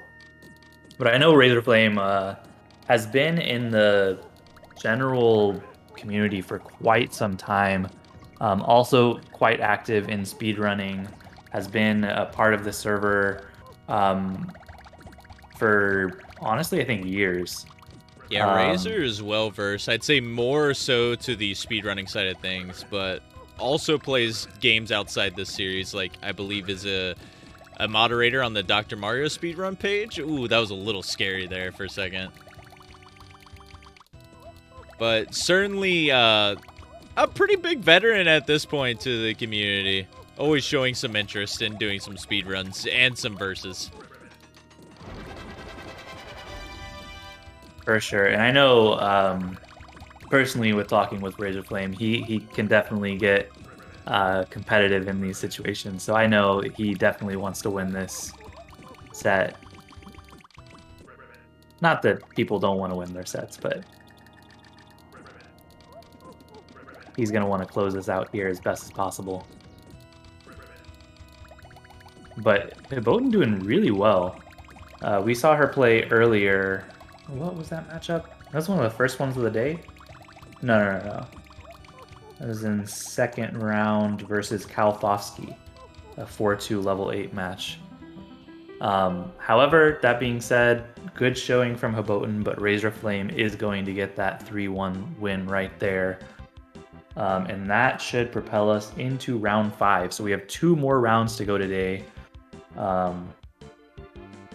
And we have 1 undefeated competitor left, and that is RNG Eddie. I know it's 2 people we've seen on stream already, but I already have my pick for this next round. My pick is going to be Dur versus Derek. Oh, nice. We got the matchup we wanted. I'm so happy. There's so many people we haven't seen yet, but they're all... Yeah, unfortunately, it's probably a couple people aren't going to get their chance on stream today, but that's just how it rolls with the tournament sometimes. I'm going to go with Cortupo and Missing No. I really want to see Cortupo play. I know he's a big part of our community. Give him an opportunity. Missing No we have seen already, but we'll see that matchup, say, second on stream after the Dur matchup between Dur and Derek. Oh, I'm so hyped for this one. We're gonna see the final game happen for this one. Mark my words. It's about time. Also, after this round, how even can you be? Even your names are the same. Exactly. We're gonna have Dur on the left and Derek on the right side. And it looks like level 8 for this one. Yeah, after round 5 concludes, we will for sure show the bracket one more time before the final round just to see a little bit of the scenarios. But to allude to what you were talking about a little bit earlier, Foxy, the way our tiebreakers work, it will be win versus common opponents. So if you're tied with one person and have the win over them, you will win that tiebreaker. But if it's a multi-way tie, it depends the amount of wins you have versus all the opponents that are tied there.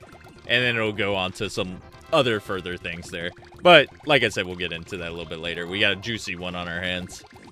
Yeah, and RNG Eddie is going to want to make sure that there is no dispute and will be the undefeated winner, I'm sure.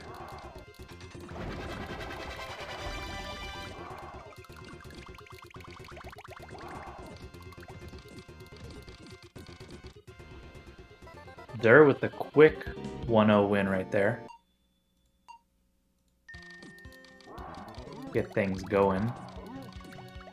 Yeah, let's see both. Dur is actually at 3-1 right now, and Derek is at 2-2. So if Dur manages to win this, he's pretty much secured himself a spot in the top half. I mean, both players probably. If you're getting 3 wins, you're probably going to be in the top half of play here. But Dur, if he wins, I mean, in a crazy world, he could probably fight for that top spot. I mean, at this point, unless Eddie sweeps it, a 5-1 record could get you that victory. But he's going to need to close this out and get a quality win up ahead, because I'm sure tiebreakers are not in his favor.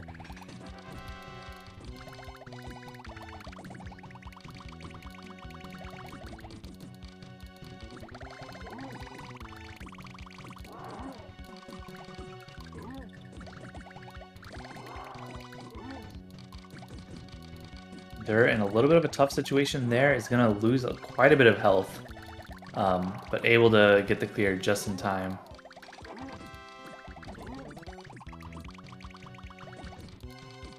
Again, Dur playing with fire, it seems, losing a little health. Going to continue to be topped off, whereas Derek is not quite topped off here. just gets to the panels in enough time. It seems like every time except that one. Just a whole bunch of combo garbage sent by Derek. Good stuff keeping that pressure on. 1-1 again. Do I even dare say it? We're going to get a game 6. I don't know. I feel like I've given up on my game 7 hopes, but hey, this matchup, it had to happen, which means we're going to get our game 7 here, I believe. Show us the magic, boys.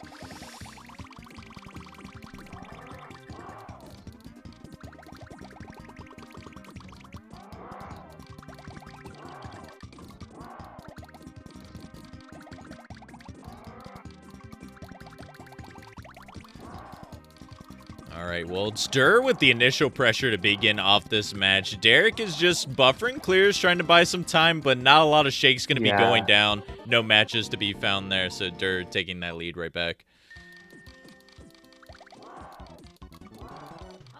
It's so hard when you find yourself in situations like that, because I just feel like, I don't know, for me, sometimes my brain just turns off, or I just can't recognize the pattern that's going on, and it just seems like it's doomed to fail and that you're not going to be able to find anything. And unfortunately for Derek there, the loss is just pouring on. 2 separated pillars that time. It's going to be really hard to work with if you don't have a chain going on. Let's see if he's able to bounce back here and at least give us a 4-2 scoreline. He's got a great chain started here, though. Look at this. Yeah. Dur has been starting pretty strong here in the last couple rounds, but Derek responding with quite a statement there. I didn't exactly see. I think it was like a 9 chain. Oh no, he's got to be careful. Okay, he gets his panels down, manages to convert it to a 7.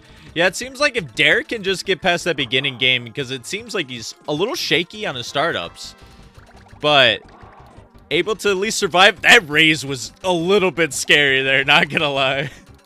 There are definitely situations where you can get caught off guard with a combo or something, and the raise is just a little more than you need. But Derek doesn't. Oh no, Derek! Derek! Need to find something. Okay, the combos will buffer some stop time. There's not much time to work with, and Dur will take it 4-1. We are not even gonna get game 6. Dur showing he's the superior DER name in this tournament, I guess. But strong showing from both of them. Derek with the really solid opening with the 9 chain, I believe, in last round. Really doing well. So that does mean we are moving on to Missing No and Cortupo. Yes, Dur keeping his hopes alive to maybe squeak in a win for this, or at least a very, very high placing finish. But for now, yeah, we will hop into this Missing No Kurt matchup. Missing No will be on your left side, and Kurt will be on your right. And I believe, yep, we got another level 8 coming to you. Kurt, this is the first time we're seeing him on stream. Honestly, huge shout-outs to Kurt.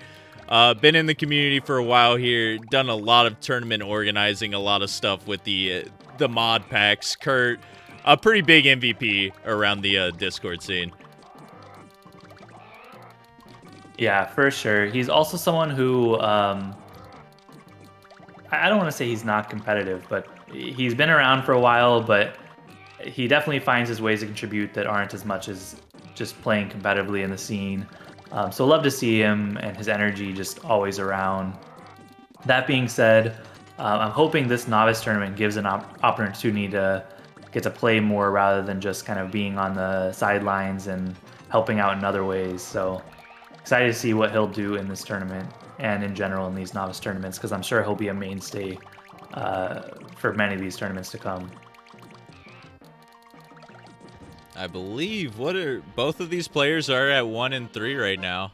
So a chance for either one of them to even out to 3 and 3 if they can win out. Kurt actually going to be taking the first round here.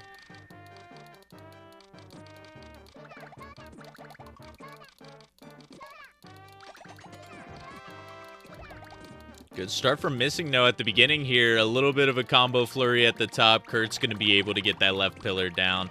Pretty much get himself out of danger zone for now. But Missing No not looking to stop. Look at that swap. I think that was frame perfect clear to extend out that chain. Sometimes you see things like that and you're not sure if they're gonna work, or at least I'm not sure if they're gonna work. But I know that like, oh, there's probably like a frame window or something. I might as well try and like look somewhere else to see if there's anything else I can do afterwards. But it's always fun when it does work out. I know some people even kind of rely on things like that, which more power to them. But I just can't live on the edge too much with those sorts of flops.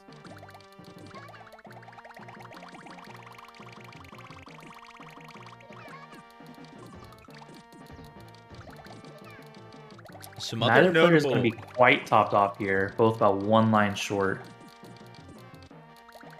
Yeah, it's just like the pressure is there for both players, but it's just a little bit short here. It looks like Kurt's going to be taking advantage for now.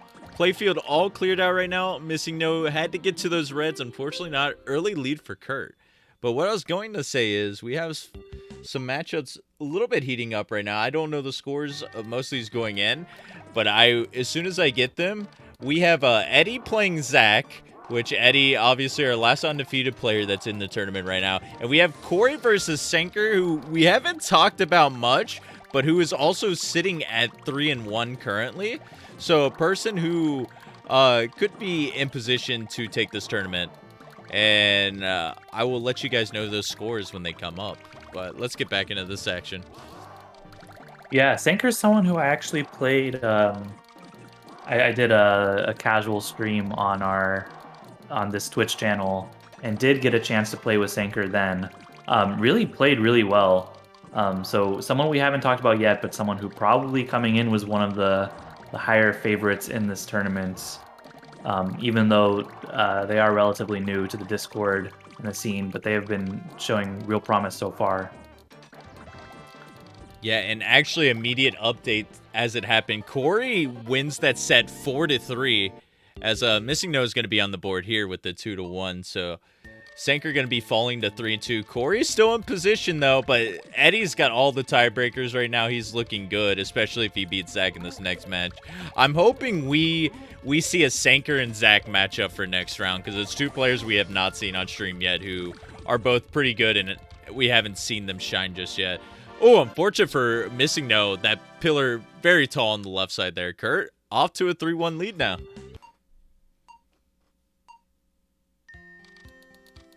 Yeah, also we're seeing a really good performance from Pertupo here. It was maybe a little bit of a meme, but Cortupo for a while here was actually the lowest rated player in the Discord. And in fact, there's a extremely strong player named Ka who almost memes and tries to get the lowest rating. But for a while, Ka and Cortupo were battling. Not battling. Ka was trying to get the lowest rating, even though Cortupo was at that point. But as I say that, Cortupo showing that he is not deserving of that last spot whatsoever, with Ka present or not. He has really turned up his game. And really wins convincingly against Missing No, who I think we saw win. No, I forget who Missing No we saw play with, but Missing No, very solid player as we discussed before, and Cortupo going to take that pretty convincingly with a 4-1 victory. All right, So your really call, excited to see Foxy. Do you want to hop into the Light Rider and Kudo match, or do you want to see Zach versus Eddie? I would like to see some of Zach since I haven't seen him yet. I know we also haven't seen Kudo, but All right, I let's guess see Kudo's Zach's also match. 3-1. This one is juicy too. Yeah, let's watch the Zach and Eddie match. Zach on your left is actually up 3-2 versus Eddie, so this is threatening no more undefeateds in the tournaments, maybe. And it's tied. Oh, okay, we got our We game finally 7. get it. Even though we're coming in late to Yeah. this match, but this could determine the winner here, or it can make some juicy headlines heading into this final round after this. Man, if you're RNG Eddie, you really want to just close this out here. Not have to worry about the weird intricacies of how Swiss tournament tiebreakers are determined or anything like that. But yeah, let's see how each of them are faring so far. Zach, with a bit of a larger chain, RNG Eddie with some smaller garbage about to fall. That will be good for Zach, because the larger garbage will stay around for a little bit longer. Whereas RNG Eddie not quite topped off Zach yet. And yeah, this is looking dangerous on RNG Eddie's side, and this might be a huge turnaround for the tournament. Gonna find those greens, however, and keep this going. Yeah, based on some other results, which we'll talk about at the end of this round, if Zach manages to clutch this out, oh boy, we're gonna have a really fun round 6, I think. And he's controlling the pace right now. Zach has Eddie topped off. It's a big chain block, so Eddie's gonna have some time to react, but I mean, Zach can just sit here, do combos, do some small chains, get that factory going. I think Zach is in a really, really good position right now. Yeah, one thing you've got to be careful in these situations is to not get too comfortable, because sometimes you can just kind of sit back, focus on a bunch of small chains, garbage, things like that, just to get your opponent topped off with some really annoying stuff. But at the same time, sometimes you can get caught off guard whenever they send a big chain in response while clearing off all that garbage and just kind of be stuck with no answer immediately.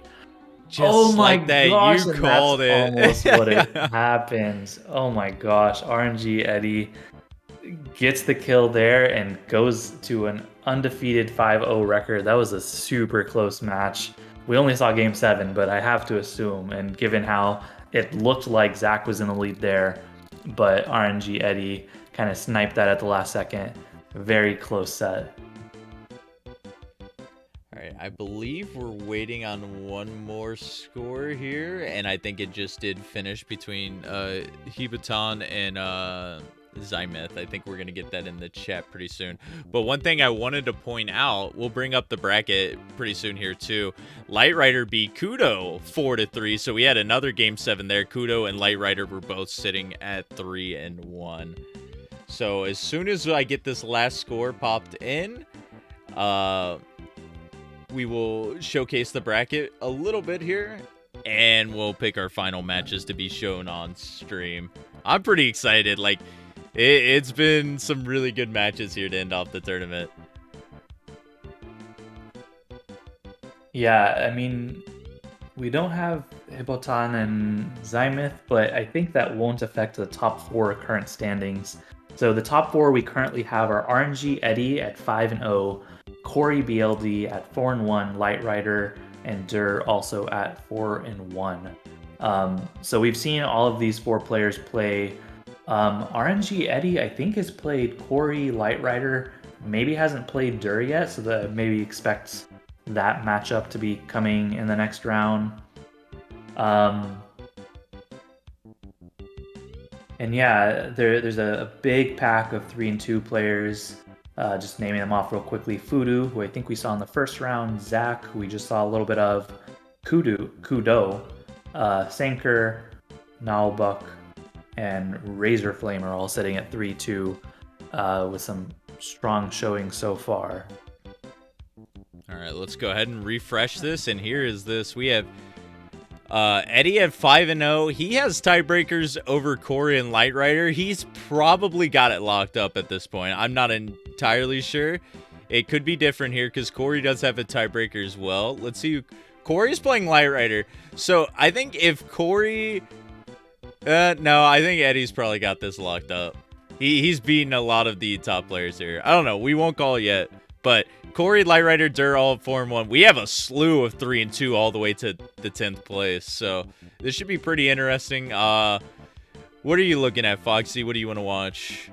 We've actually seen most of the players so far. I think I'm going to have to pick Zach and Razor Flame because we saw a glimpse of both of them, but we haven't seen a full match of them. Yeah, I actually wanted to look at Fudu and Sanker. We have not seen Sanker yet, and Fudu I think we saw in the very first round. I'm curious to see how they've shaped up so far throughout this tournament. But yeah, I think both of them are also sitting at 3-2, so there should be some pretty exciting matchups as well.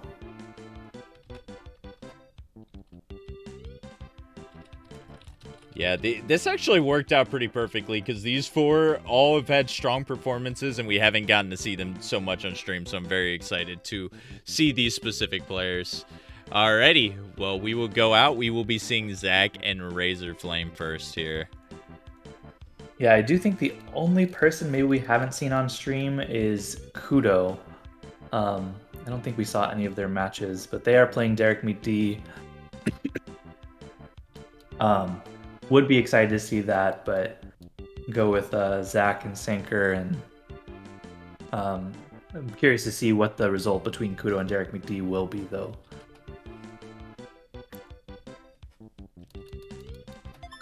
All right, Razor and Zach are booted up. We're going to be seeing a level 8 match. Razor will be on your left side. Zach will be on your right.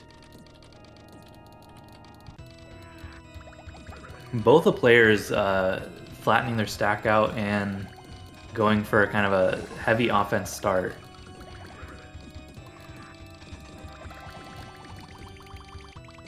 Really good pressure from Razor Flame, sending some nasty combos over to Zach.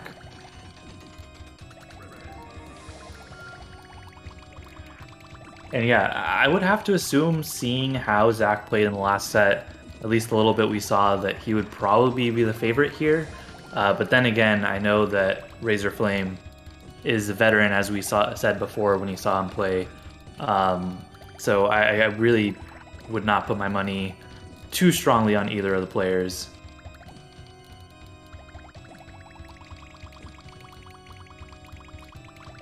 Yeah, unfortunately, we don't have the rankings for both of them right now. Do you know where they sit at rank-wise? I do not know. I think Razor Flame is high silver, possibly in gold territory. I'm not familiar enough with Zach to know what his rating or ranking is. Razor Flame taking the first game, going up 1-0.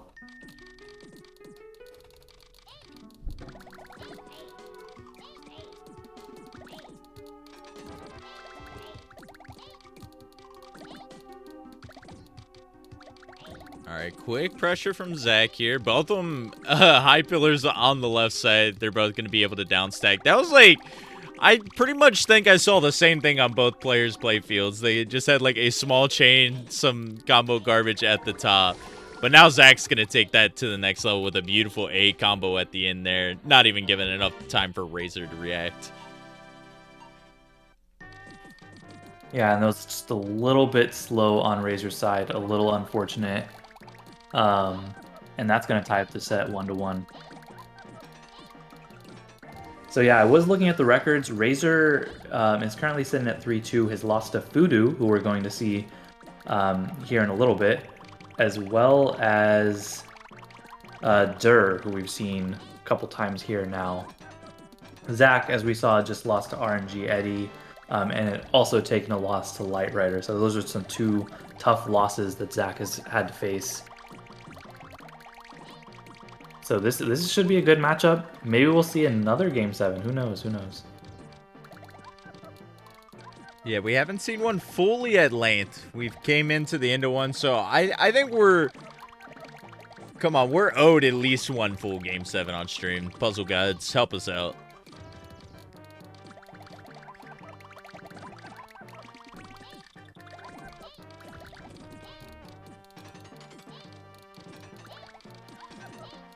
Oh, juicy A combo on Razor Flame's side. There's going to be a big chain sent from Zach's side, but a little bit of pressure sent from Razor. Unfortunately, a lot of it was sent as combo garbage, and since Zach wasn't topped off, Zach's going to be able to clear this out pretty easy. Razor just needs to take his time here, build back up this chain, which I believe that's what Razor's going to do, and then find yourself in a comfortable position after you have Zach topped off here to just continue this onslaught. Beautiful conversion of the 10. He's getting the 6. Man, Razor is moving right now. Uh-oh. Zach gonna have to downstack here. Is able to downstack and get the clear.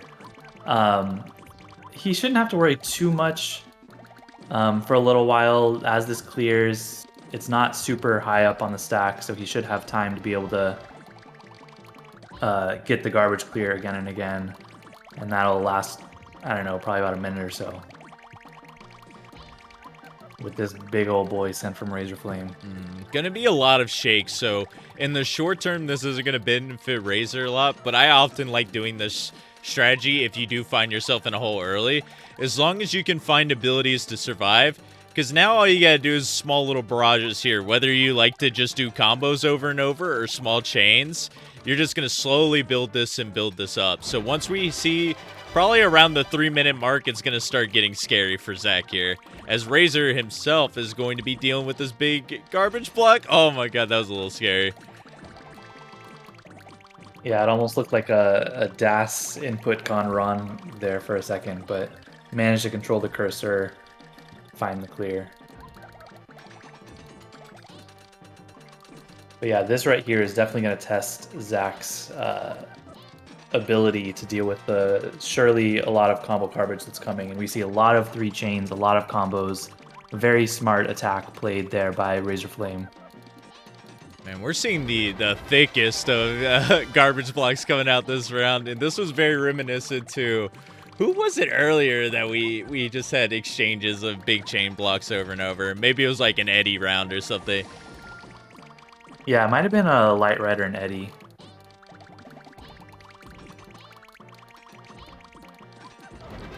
All right, so, I mean, both of them are going to be topped off probably until the remainder of this match. There's just going to be a little bit of shake time here and there, but eventually I got to think these chains are going to slow down a little bit. Razor's side already, there's some smaller chain blocks on his screen. Zach, he's probably going to continue to build this up still pretty high.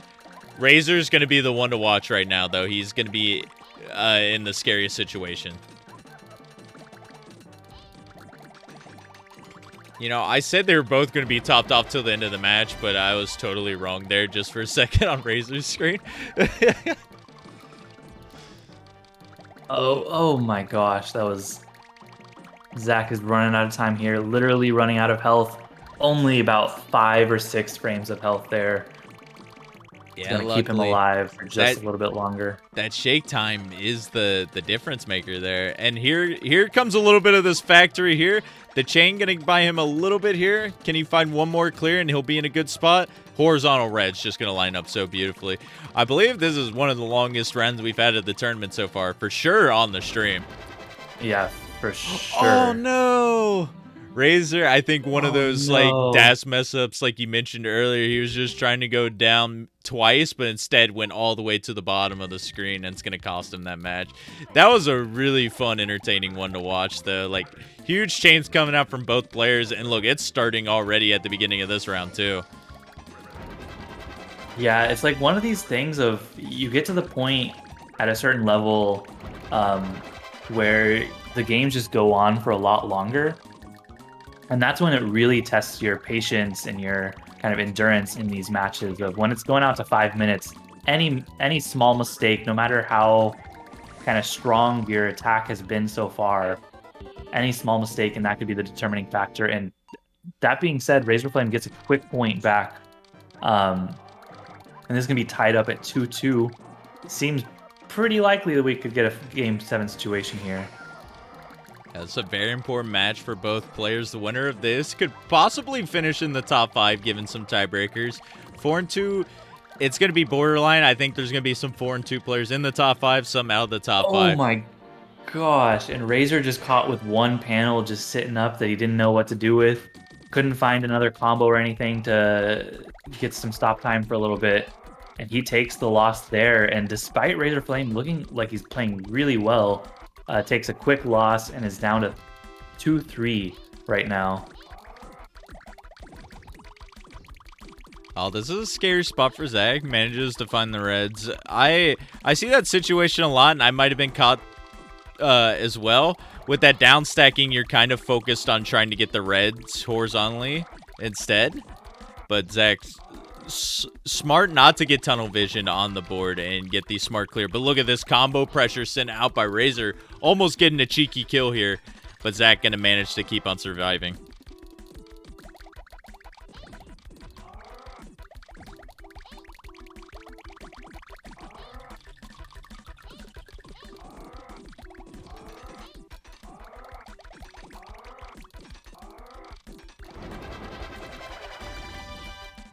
Oh, some crazy stuff happening on both screens right now. It's hard to follow the action. Topping or downstacking all the way. Razor didn't see the purples and went for the yellows, and had enough time to do so.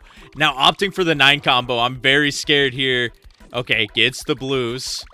I was like, it's nice to hit those 9 combos because it's going to be garbage that layers off pretty evenly on your opponent's board and gives a lot of pressure, but you do waste a lot of panels on your side too when you're in survival mode.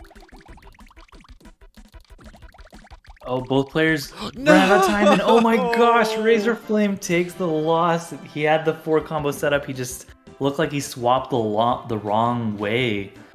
Swapped one below than what he was going for, and that's gonna be enough to give the game to Zach right there.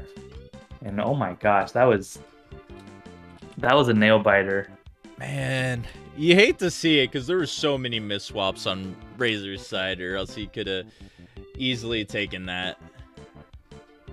But we will be moving on to Fudu and Sanker in the next match up here on stream. They are on the character select screen, so we will be coming at this any second now. Yeah, potentially our very final match that we're going to see, unless some other stragglers happen to be still going on after this match concludes. But here we go, Fudu and Sanker.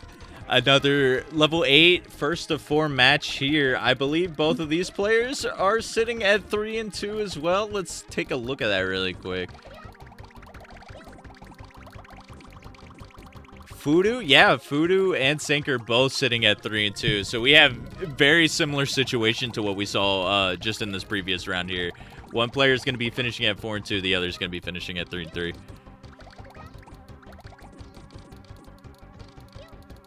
All right, so Sanker, first off, a bunch of combo barrage. This is, I know Foxy was talking about Sanker a little bit earlier. This is a player I am not too familiar with, so I'm very happy to be learning a little bit of their playstyle today.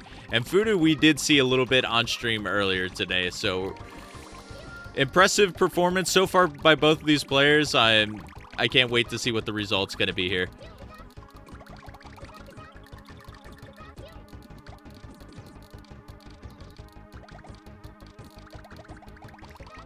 All right, so Fudu with the first advantage here. Sanker just on survival mode right now. Looking for the reds there, going to be connecting.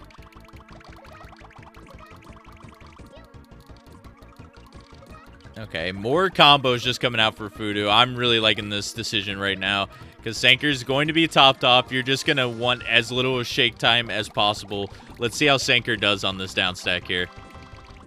A little bit of an awkward situation. Can he find anything? Oh, not enough time.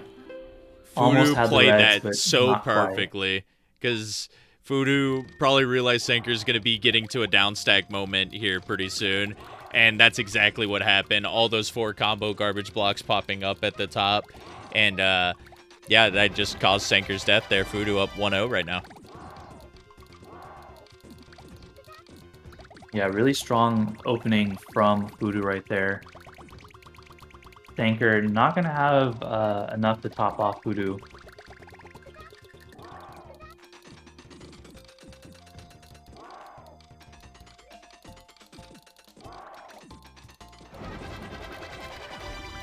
That combo garbage is going to hit Sanker real hard. Is he going to be able to get those yellows? He will.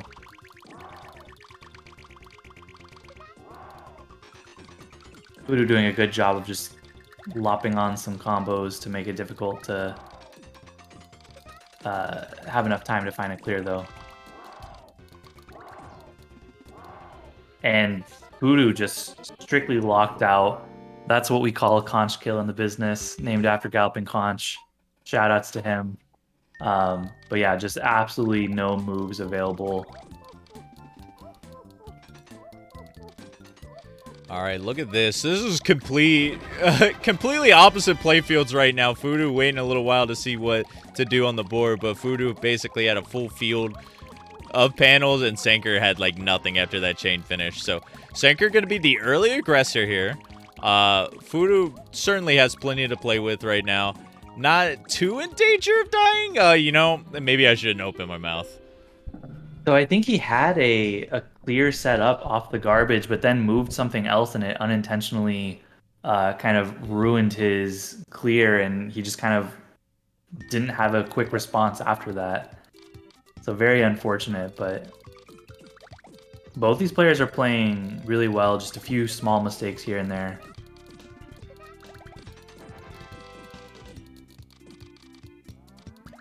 All right. Vastly different pressures from both at the beginning here. Chain focus for Fudu and combo focus for Senker. That's what I've noticed from Senker right now. Like, I remember you were on mute a little bit ago, Foxy, when I mentioned it, but you said you did play against Senker earlier, I believe? Yes, it was during one of these Touch Attack Online casual streams. I think I did a first to 10 or a first to 20 with him. And yeah, I think we were playing on level 10. He opted to play for level 10, so that also just shows his general preparation and how he's been practicing lately. But he was playing really well for someone who I had never really seen too much before. And it looks like that practice is paying off. If you're going to play with one of the best here, it's going to give you this 3-1 lead currently right now. Senker, probably the first tournament he's done too, so this... If he manages to clutch it out and get this win here, 4-2 record for your first tournament, that's got to be something to be happy about. Yeah, definitely. I mean, really all of these almost the top half of what we've seen today have been really impressive for the Novice tournament. Many of them has been their first showing as far as I'm aware. Some of them are some veterans, but we've really seen some competitive matches. And people showing just how strong they are at this game. And this looks like a tough spot for Fudu. He's able to find that, but he's really awkward. He's gonna be locked out of panels, and Senker is gonna take that 4-1. Unfortunate in there, but Senker just showing his dominance and will be ending off the first tournament with a very good record. All right, what matches do we still got going on right now? The Eddie and Dur match just ended, and Dur ended up beating Eddie 4-3. Oh my gosh, that's gonna throw a wrench into these rankings right here. All right, so I'm not gonna spoil myself here. I think this match just ended too between James and Hippoton, but we do not have an undefeated player for this bracket, which is just crazy. All right, I'm going to be inputting these scores. Dur beat Eddie 4-3. And then our very last score, James beating Hippoton 3-1. So I think Eddie still got the tiebreakers, but let's take a look at this bracket. The last score is in. Challenge takes about 3 years to save a score. And oh my god, Corey stole it! Corey ended up having a better tiebreaker. Look at that. So I think, I'm not 100% sure, but I think it depends on the strength of your losses. Yeah. So I think maybe because Corey lost to... Wait, no, they all lost to each other, didn't they? Yes, this three-way tie at the top. Eddie beat Corey, Dur beat Eddie, Corey beat Dur. So we're going to look at this buckholes system, which is a little bit weird, but it's all dependent on who you played earlier in that tournament. It takes your highest opponent's win count and your lowest opponent's win count, discards them, and then adds everyone else up together. So this is pretty much a strength of schedule. Corey's was slightly higher than Eddie's. Eddie's was slightly higher than Dur's. So Corey ends up taking this first tournament. We might have some run back matches here later, I imagine, by then. But man, what a tournament to end out on. That was... I mean... That's heartbreaking for RNG. I mean, technically Corey wins, but like all of the players ending 5-1, that was an extremely good showing, and I don't know, it's all arbitrary, this Buchholz and everything, but really strong showing by Corey, RNG, and Dur. That's got to be a heartbreaker that RNG Eddie lost that tough Game 7 match to Dur right there, but that will round out the tournament for us. Scrolling down, we see after Corey, RNG, Edding, and Dur, we have Light Rider, Zach, Senker, Kudo all at 4-2. Fudu, Nalbook, Ken S, Razorflame, Cortupo, Jambox, all at 3 and 3. Yo, can we give a quick shout out to Kurt though? 3 and 3. What an impressive run for Kurt. For sure, yeah, that's a really great run. And then yeah, we saw a lot of new faces as well. Polly Wally, Hiboton, Cal Falsky, SVT, all showing up, putting up a good performance. Faces I haven't seen around in the Discord or in tournament scene before. Thank you to everyone for showing up to this. It was a lot of fun commentating. I hope you got to see your matches, other people's matches, see kind of how people are playing at this level, and kind of just get a lot of practice playing other people.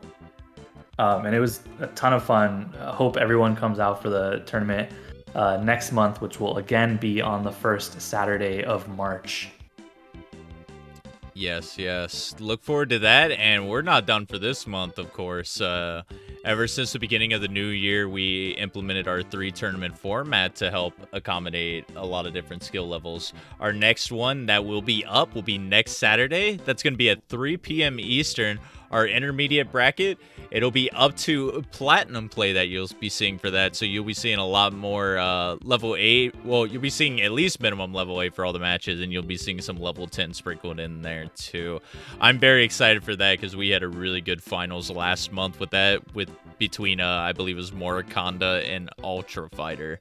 So well, what a day for a panel, man. That was really juicy at the end, and it shows like the novice tournament, I believe 2 months in a row we have not had an undefeated player, so it's pretty much anyone's game when it comes to this tournament. Yeah, for sure. And again, I just really want to shout out to 20 people showed up today. That's a huge turnout. Honestly, whenever we were discussing this at the end of last year, we were like, should we just always default to round robin for the novice tournament? Because I don't think we're going to get enough participants. We were like, if we get too many, let's just err on Swiss. But we were proven extremely wrong. We got 20 people coming into this tournament. So thank you everyone for being here. We got 26 viewers on stream. Thanks for everyone who's been watching. It's been a blast, and just happy to see the community thriving so well. Yes, quick shout outs to Foxy, who obviously doing co-commentary with me and set up the bracket and helped me out today. Always much appreciated. And I want to shout out Kudo, because I did the math and I was trying to keep everyone on stream. Everyone got a full game on stream except for Kudo today, and Kudo went 4-2, so I think that deserves an additional shout out. Sorry, Kudo. We're gonna get some matches on for sure next month if you do happen to participate. But yeah, I think that's it for me. Do you have any final thoughts, Foxy? What else is going on in our community? I guess there's a poll out for the Panel Attack custom character initiative. Hop into that chat, and we'll have some custom characters coming to you in future tournaments. But there's nothing else really I can think of that's going on anytime soon. Yeah, I don't think so. I mean, we shouted out earlier, if you're into the speedrunning scene or just Tetris Attack in general, I encourage everyone to join the Tetris Attack speedrun tournament that's going to be starting in March. Qualifiers happen all month. Even if you're not too familiar with the game, you can join in and have a lot of fun, because we do have a pretty big casual crowd over there too. And we're looking to maybe get the biggest tournament we've ever seen for that. Only 5 days into signups, and we already have 16 people for it. So definitely check that out. You can find it at the League of Puzzle Speedrunners. If you can't find that Discord, you can message me and Foxy in the Tetris Attack online Discord to do that. Other than that, yeah, check that out. Check out our 2 upcoming tournaments, the Intermediate and the Expert, both on the next 2 Saturdays, respectively. Yeah, I think that's it. All for me. Let's find a stream to send you guys to really quickly, though. If you have any suggestions, too, there is someone who's playing Tetris Attack. They are first on my eyes right now. Let me look at the actual Tetris one. There's a monthly Tetris tournament, too. I think we'll check out monthly Tetris as well, but let's share the love, and we'll send it over to someone else who is playing Tetris Attack here. They are doing speedruns, actually, so this should be pretty fun. All right. Well, thanks, guys, for watching. It's been Foxy Man BB Forky, and we'll see you guys next time.